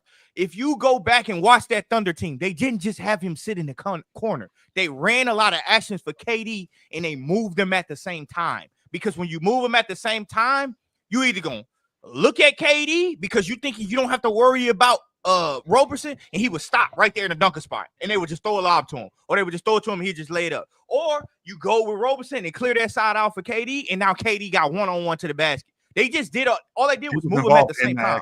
Yeah, every time. Yeah, and that's how you beat that. That's why I brought up having chat on Roberson. But since we you don't need to bring back up the debate. We know what we said. But yeah. It's okay. I think Andre Roberson was a problematic offensive player. Sticking Westbrook in the corner is ridiculous, though. I agree with that too. Yeah, I definitely. Westbrook be moving around though. He don't just stick in the corner. He cuts on too many plays. He do because they trying to isolate or post up either Jokic that's or Murray. Something I also agree with. I do think you gotta do things to make guys more viable, but I do think there are also some guys who just no matter what you do aren't going to be viable. It's the same thing on defense. No matter what a coach did, he was never going to make small little. The other coaches are smart too. They're also adjusting to your adjustments. Like when Russ has the ball, the ball handler, they're just. Which is what I was alluding to, Swiper, because you brought up an interesting point, and I know we got to move on, Ron. But Swiper, you talked about the Nuggets not having a modern offense. Like, what changed from today to 2 years ago when you won the NBA championship? We talked about this a few months ago, but the 3-point volume, ball handlers on the court all at one time. Like, you have to be able to move. You have to have multiple players that can dribble the ball, penetrate, create, play make. You also have to have like a plethora in the NBA of shooters on the roster or on the team at one point in time. Boston does that. OKC does that. Cleveland does that. The Nuggets have two primary scorers that are two primary creators, and they have a third scorer who's not a creator, not a playmaker, and cannot dribble versus, I would say, higher level competition or higher level defenses. So where Austin Reeves can do that for the Lakers. Like, he doesn't get trapped into something. Porter legit gets trapped into something and becomes 100% an off-ball merchant, which is fine. But the issue is they're just attaching like Kawhi Leonard or whatever out there. And now it's like they're running DHO where it's Kawhi coming over the top. And then it's just like you have to have someone else that can do it other than just having like a big and one center. You have to have somebody else that can do it, i.e. Derek White, Drew Holiday, Peyton Pritchard, Sam Hauser, even Jaylen Brown, Jason Tatum. I think you need that. And I think the Thunder, they have that, whether Shea, J-Dub, Isaiah Joe, Alex Caruso yesterday, Cason Wallace, even Chet a little bit can beat you off the dribble like he did yesterday on Zach Edey for the dunk.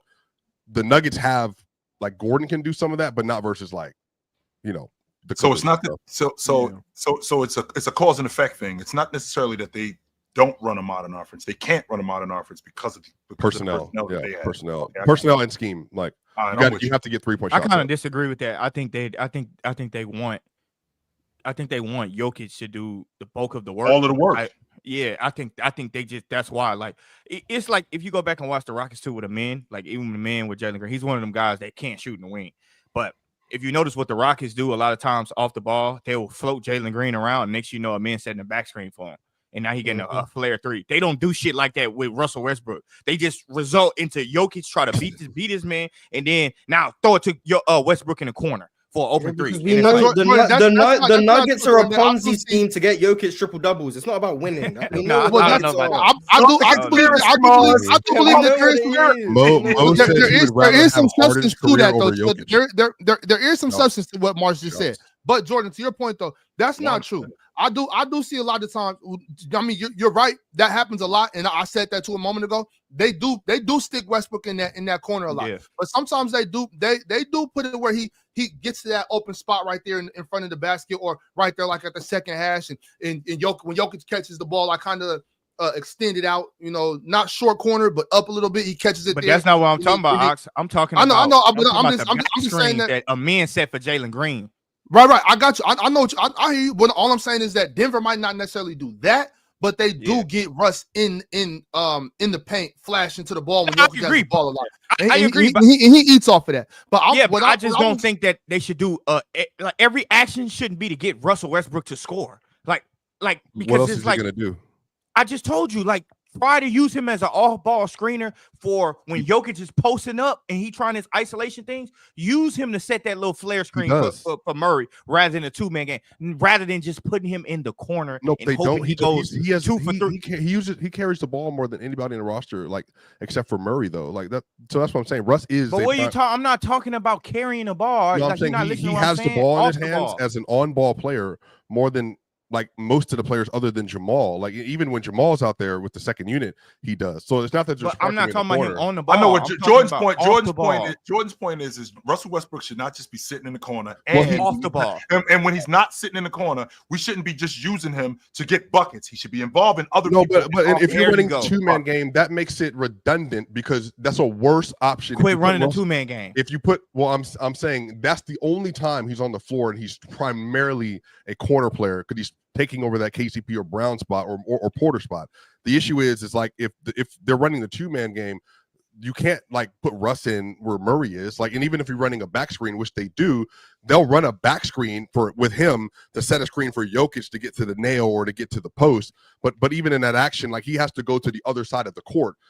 Or they're just going to double strong side. But what happens is, Jordan, once he leaves that area and vacates it, they then just take whoever's guarding him, which is Dunn or Harden, and then they just bring that player over here. All right. Did you see Mars? Did you see that? Do you know what play I'm talking about when Şengün was posting up on the opposite side of the block, and they had a man in the corner, and a man act like he was cutting down, but what he was doing was just setting a screen for Jalen Green, and Şengün skipped it to the corner for a three.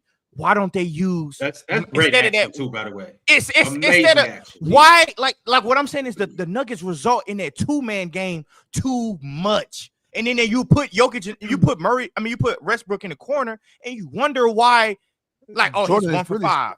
No, but he scored multiple layups in game one and dunks, though. Like, it's like what Coach Tomlin said. It's like what Tomlin said, Jordan. It's everybody don't want to coach. You know what I'm saying? Yeah, like I agree. I think that's y'all rely on Jokic to want to coach. Y'all rely on Jokic to be too great, bro. Hold on. I'm not trying to attack. No wonder niggas getting fired. I'm definitely not trying to attack Mike Malone. That's the last thing you're gonna hear me doing is disrespecting Mike Malone. But when all I'm saying is sometimes coaches don't want to coach. Sometimes they want to cop out. Like, he's not good at this, so we're not gonna do that. Instead of actually getting in that war room and sitting down. How are we going to make this player a part of the offense? How are we going to let this? How are we going to have this player help us, even though he has these deficiencies? Coach Tomlin said it right there. Coaching is a job. I have to coach my team up. I can't just accept that you're unplayable. I can't accept that. Exactly. That's unacceptable coaching. I have to, even at this level, the highest level of basketball we've ever seen, you still need to be coached. There's a team, you know what I'm saying? And everybody don't want to do that. Some people just want to put on, well, they don't wear suits no more. They're not gentlemen no more. They just want to put on whatever they're wearing on the sideline and stand around and just. Just to be clear, Russell Westbrook cuts more, and even in this playoff, it's not about cutting. I'm just saying. I know. I hear you. But Russ is also like he's cutting and screening a lot more than almost any other player on the roster. So like they are trying to get him in motion. It's just that when you get to the end of a game, like he can't be on the ball, so he needs to be out of the way in the corner, which he's a 40% corner 3-point shooter this year. Like that's actually the best area for him to be in. He's converted a lot of those looks, but like Russ also he doesn't convert well. He's shooting 24% on mid-range jumpers this year. Like if he gets the ball. Well, if he gets the ball, what is a man shooting on mid-range jumpers? Hey, respect to men that flow stuff. We gotta move on. No, I gotta get back to the super chats. The Sarmo sent through another super chat. He said, "quote unquote MV4, quote unquote best in the world, quote unquote Jokic era." Swiper got all this energy when things are going good versus weak opponents, but yet again, the playing champ Merchant losing to another 50-win team. He ain't even better than Luka. Oh yeah, this is another 50-win team. Mm-hmm. I know they be on your heels about that. So I mean, no, I think I have more motion than most people apparently on NBA Twitter, because I get all the narratives, I get everything, I get all of it, I hear all the nonsense every single day. So it is what it is. I just think that sometimes you view just objective truths as narratives.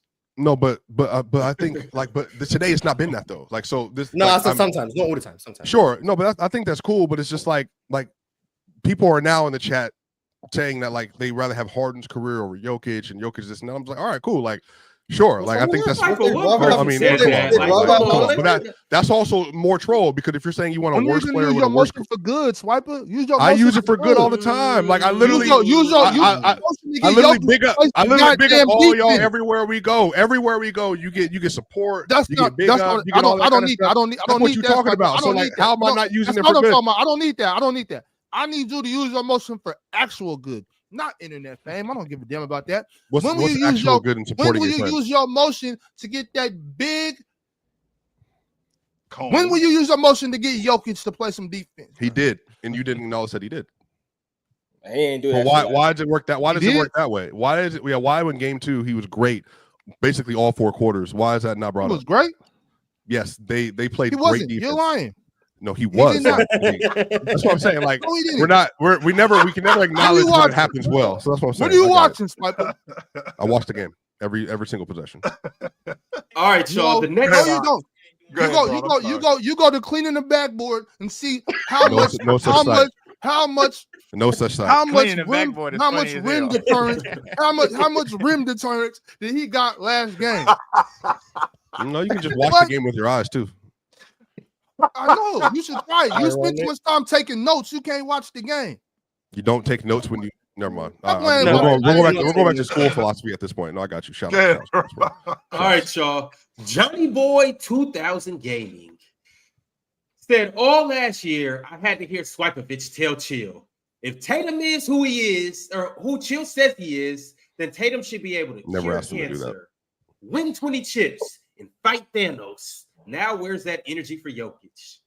Do we? This is what I'm saying. Like, you don't actually want to hold Tatum to that standard, so we're not. I'm just seeing your tweets, Swiper. You.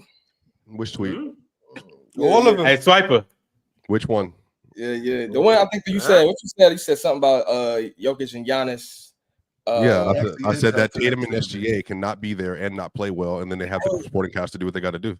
That's all I know is Giannis is out playing Jokic. That's all I know. Giannis. Oh, okay. Antetokounmpo. Okay.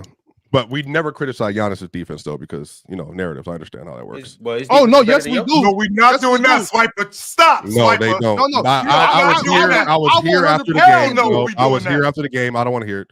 I was here after the game. Please stop. We're not doing Trust that. me. I don't want to do this. I was literally here with Ron, by the way, and we had no discussion about it. So have we ever had an issue with Giannis's defense? Have we ever had an issue with What? things like we had with Joker? Yes, y'all was hyping What? Giannis defense something. I mean, it's crazy. not as bad as Jokic. but it was he's but not- it's been bad. Because his defense not isn't as bad as Jokic. Like last year. And his that's what I'm saying. Like we're not when it comes to certain He's players. gonna call there's that a like- narrative. Like that's what I mean. Like no, sometimes no. you I'm saying when it comes to certain players, there's like a bubble. Like Giannis can't shoot and he has deficiency defensively. Brother, Don't bring him up. Like you don't talk about him. So I'm saying that we're not going to talk about it. Like we all watched game 2, and I watched how the game ended. But it's just like you don't want to, you just don't want to have What, the with them conversation. going after Giannis each play? Is that what Yeah, you- I mean every possession down the stretch, like for a reason. And- like how the Lakers went after Rudy But if Gobert, and then you just. But go if it's up and Brook down. Lopez, y'all want to talk about it. Okay, so bring No, up the but Brook- numbers of how they actually weren't that effective attacking. No, but I'm saying, but like it's the weighty I said but I'm saying if I do that same thing across the board, including with 15, then we start getting into all bring this up other those stuff. rim field We goal can. percentage. Bring it We up. can, but then Bring when it I up. bring up examples of when it works, Ox said he didn't play any defense. So that's what I'm saying. Like, it's not consistent. It's That work, matters man. to me. Well, Swiper, stop. You because can't when it works, tell me that. matters to me, Swiper. There's nothing you can tell me about a 7-foot dude watching other people do layups on his hoop. This is your rim. I What got are you doing? Shouts. I got He you. was fool. And Shouts. I What are you talking had about? a- Shouts. I had What an are you? old coach. No, like- hold on. Because in game Swiper 2 always he do played this. good defense. Swiper always do this. You look. No, he did not. Okay. You can't. I got Well, we can't do it. We can't do it. There's no point. So, There's no point. so you're telling me no, we can't do it because I can't sit here and listen to bullshit just because you think that you can say anything. You just can't say anything. That he Swiper. played good defense in game 2. Swiper, how is that good defense if you're 7 feet tall in front of your rim and these dudes are just doing layups all around you? It's like you ever held a pinata They at the didn't. kids? You ever held a pinata at a kids party? And they're just all over you. They're all over. I'm talking about that kid. They're just all over you, picking up candy. That's what they're doing to Jokic. It's like the backboard is candy. So I'm saying, like, your these eyes kids are just running all over continue. it. You will not believe what you're actually seeing because I think this is hindsight bias. So I understand this. It's not hindsight bias. I'm watching the them. I'll watch game, it twice. In the game, they play spectacular defense all 4 quarters.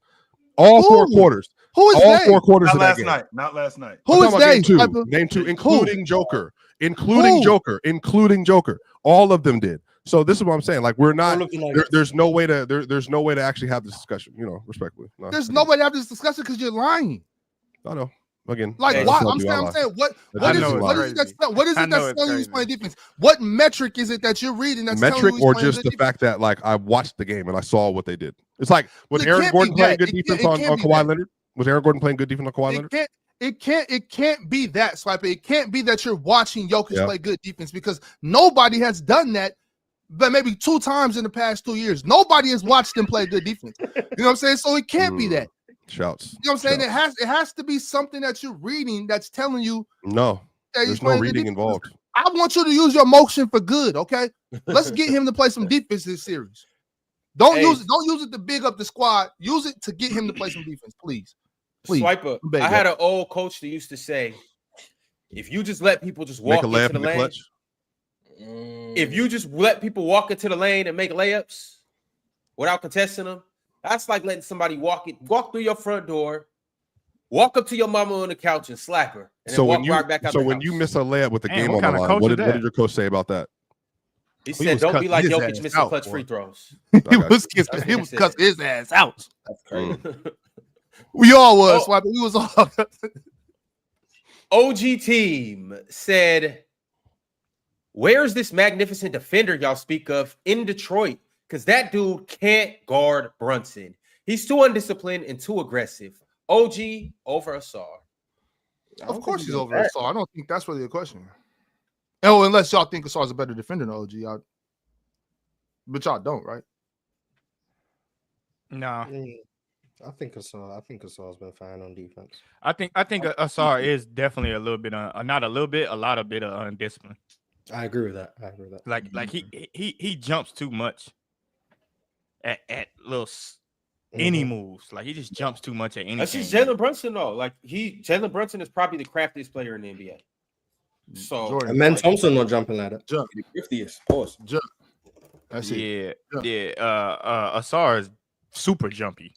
Like he even falls for a lot of moves, but it could be he just young. But I mean, you can't even say he's just young because his brother don't fall for the same moves. But I will say when you get them rattled, they both do bullshit on defense. Like when you kind of get them rattled a little bit, they just start doing bullshit. But to be expected, Asar's gonna be a terrific defender though. Just right now, it's just a little. Yeah, you can say he's a little frustrated throughout the game. I would probably take him off. I would probably use Asar more as a roamer than. Who you gonna put on JB? Shit, you gonna use anybody to put Malik Beasley Hardaway on him and then just use Asar as a roamer. Fuck it. Use him as just. I mean, I do feel that though. Like, and that's the thing about these guys is they gonna cook no matter what. Yeah, they're gonna cook. It's like it might be better to have a Asar come help side. Yeah, like you talking about who you gonna put on JB? JB they got 30 every game. What does it matter? Like at this point, it don't matter. Well, He 30 every game, whether he's shooting well or not. You know what I mean? It's like he getting to the free throw line. You know, like so it's kind of like what do you have last night? 38. No, I thought he had like 31. I don't know that. Last night he had 30. He was just. He didn't shoot too bad. He went 9 for 20. He shot 1 of 7 for 3 though. Yeah, but it's like so you might as well put Tim Hardaway or Beasley on him. Put Tim Hardaway or Beasley on him and just use Asar as a roamer. Like just use him as a helper. Like shit, that's fine. That's fine. Shit, put him on catch. I don't know. All right, y'all. MP13 said, I wonder who is going to be stupid enough to give Triple J anything close or anything even close to a max contract. You're gonna get a max. I'm not paying. Not for me. That's what I know. Yeah, I ain't doing it, but you're gonna get a max. Memphis gonna do it. They're gonna move off of John. They can't just get left with their pants down. Tank Jones said, we hear what Ron's saying, but this is a talent gap top to bottom, not just the players. Mark made adjustments at the half, and Memphis coach had no answers. That's what it sounded like to me. It sounded like they just I think at some point you got to realize that adjustments are able to be made in large part because you have the personnel to execute said adjustments. If you lack personnel, you can't always just adjust to what another coach is doing because you don't have the personnel to do what requires to beat those adjustments. It's just it goes hand in hand. So sounds like a personnel. I think the Memphis coach, I personally, from where it looked like to me, it looked like they tried a lot of things to get in a rhythm and they just couldn't because the personnel was lacking. I'm not really blaming the coach for that. Yeah, apparently Todd Whitehead, who's great at what he does, cover some analytics in here, played 12 minutes and 34 seconds in the second half. The Grizzlies had 35 chances to score, and they came away with 13 points. He guarded 7 different players, and he got 4 steals and 3 deflections in the second half in 12 minutes. Like, it's just a terrorizing player. I just think too much went wrong, bro. It's just an avalanche of stuff. I think OKC turned that switch on too in the second half. It's not much they could do about it. It's not much Memphis could do about that, bro. Not without Ja.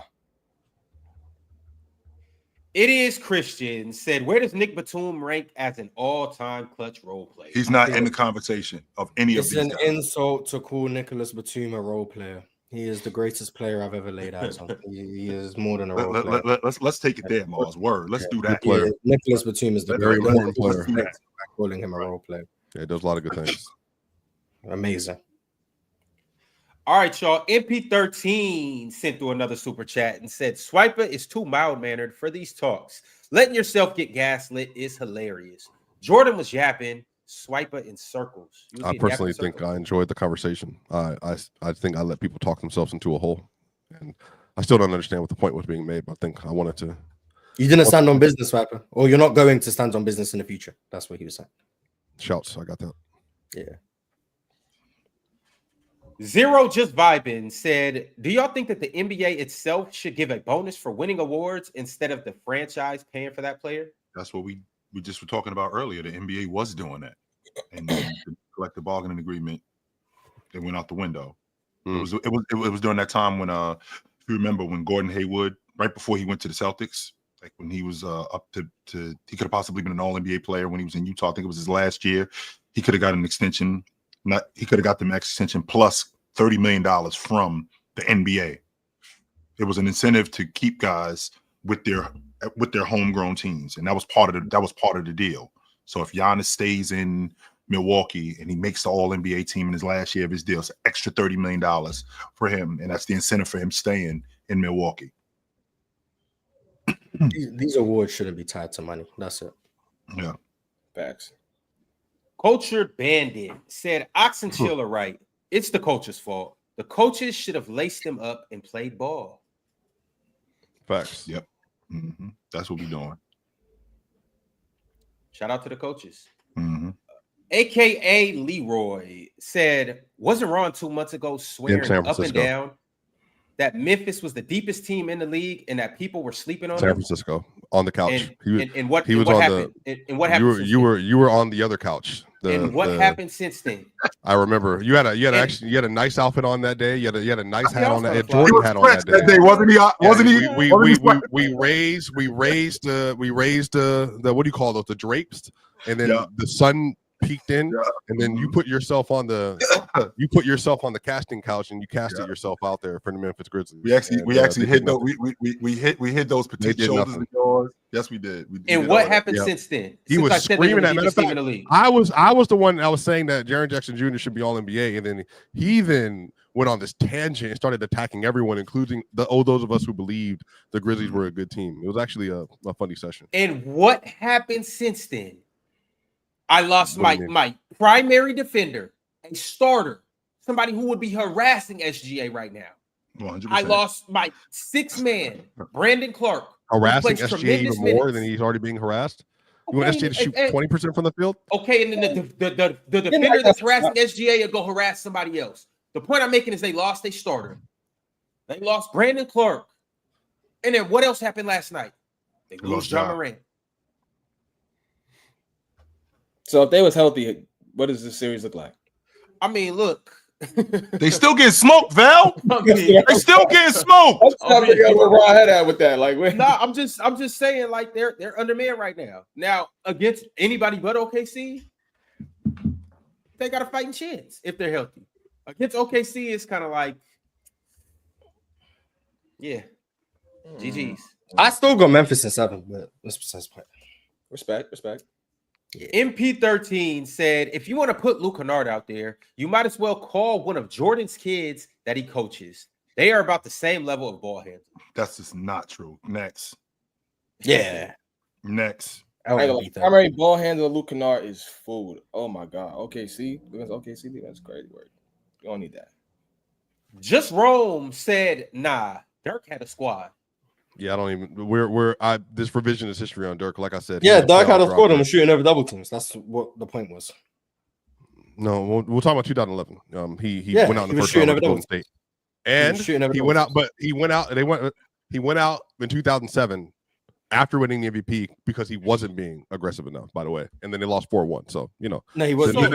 He wasn't good enough. But 2011 Dirk was shooting over double teams. Yeah, I know we're comparing that one season. I know, but we've obviously seen Joker do this. But I know agenda is. Yeah, but that's saying you need what you see was happening right in front of you. What have you done for me lately? Is just a phrase we use. Absolutely, yeah, that's how it goes. Yeah. Masinko said Alijah Arenas is out of his coma. Thank goodness. Mm-hmm. That's good news. Prayers to Elijah. He'll up soon. MP13 said big wings. I know a big wing that they are going to see next round if they can't do nothing with, or that they can't do nothing with. It's about OKC, so Kawhi. Maybe he's talking about MPJ. Kawhi's not even been. Man, I'm not gonna lie to you. Kawhi has had one good game this series, bro. I think the issue. One amazing game. It was really good. Yeah. Well, all time, but it was a really good game. I think their team is gonna have to really show up versus OKC. Like really show up. MP13 said Cat needs some love. That was some tough shot making last night that we needed. Yes, taking advantage of the mismatches. Too fast for Jalen Duran, too big for Tobias Harris. That's what makes Cat such a problem. SMN RNDM said, I played football. I played 15 years of football. Soccer, as most of you know it. He turned around and reached in. Maybe it's my opinion of him, but he knew what he was doing. Yeah, I thought he should have just abandoned that play. I don't like that he did that.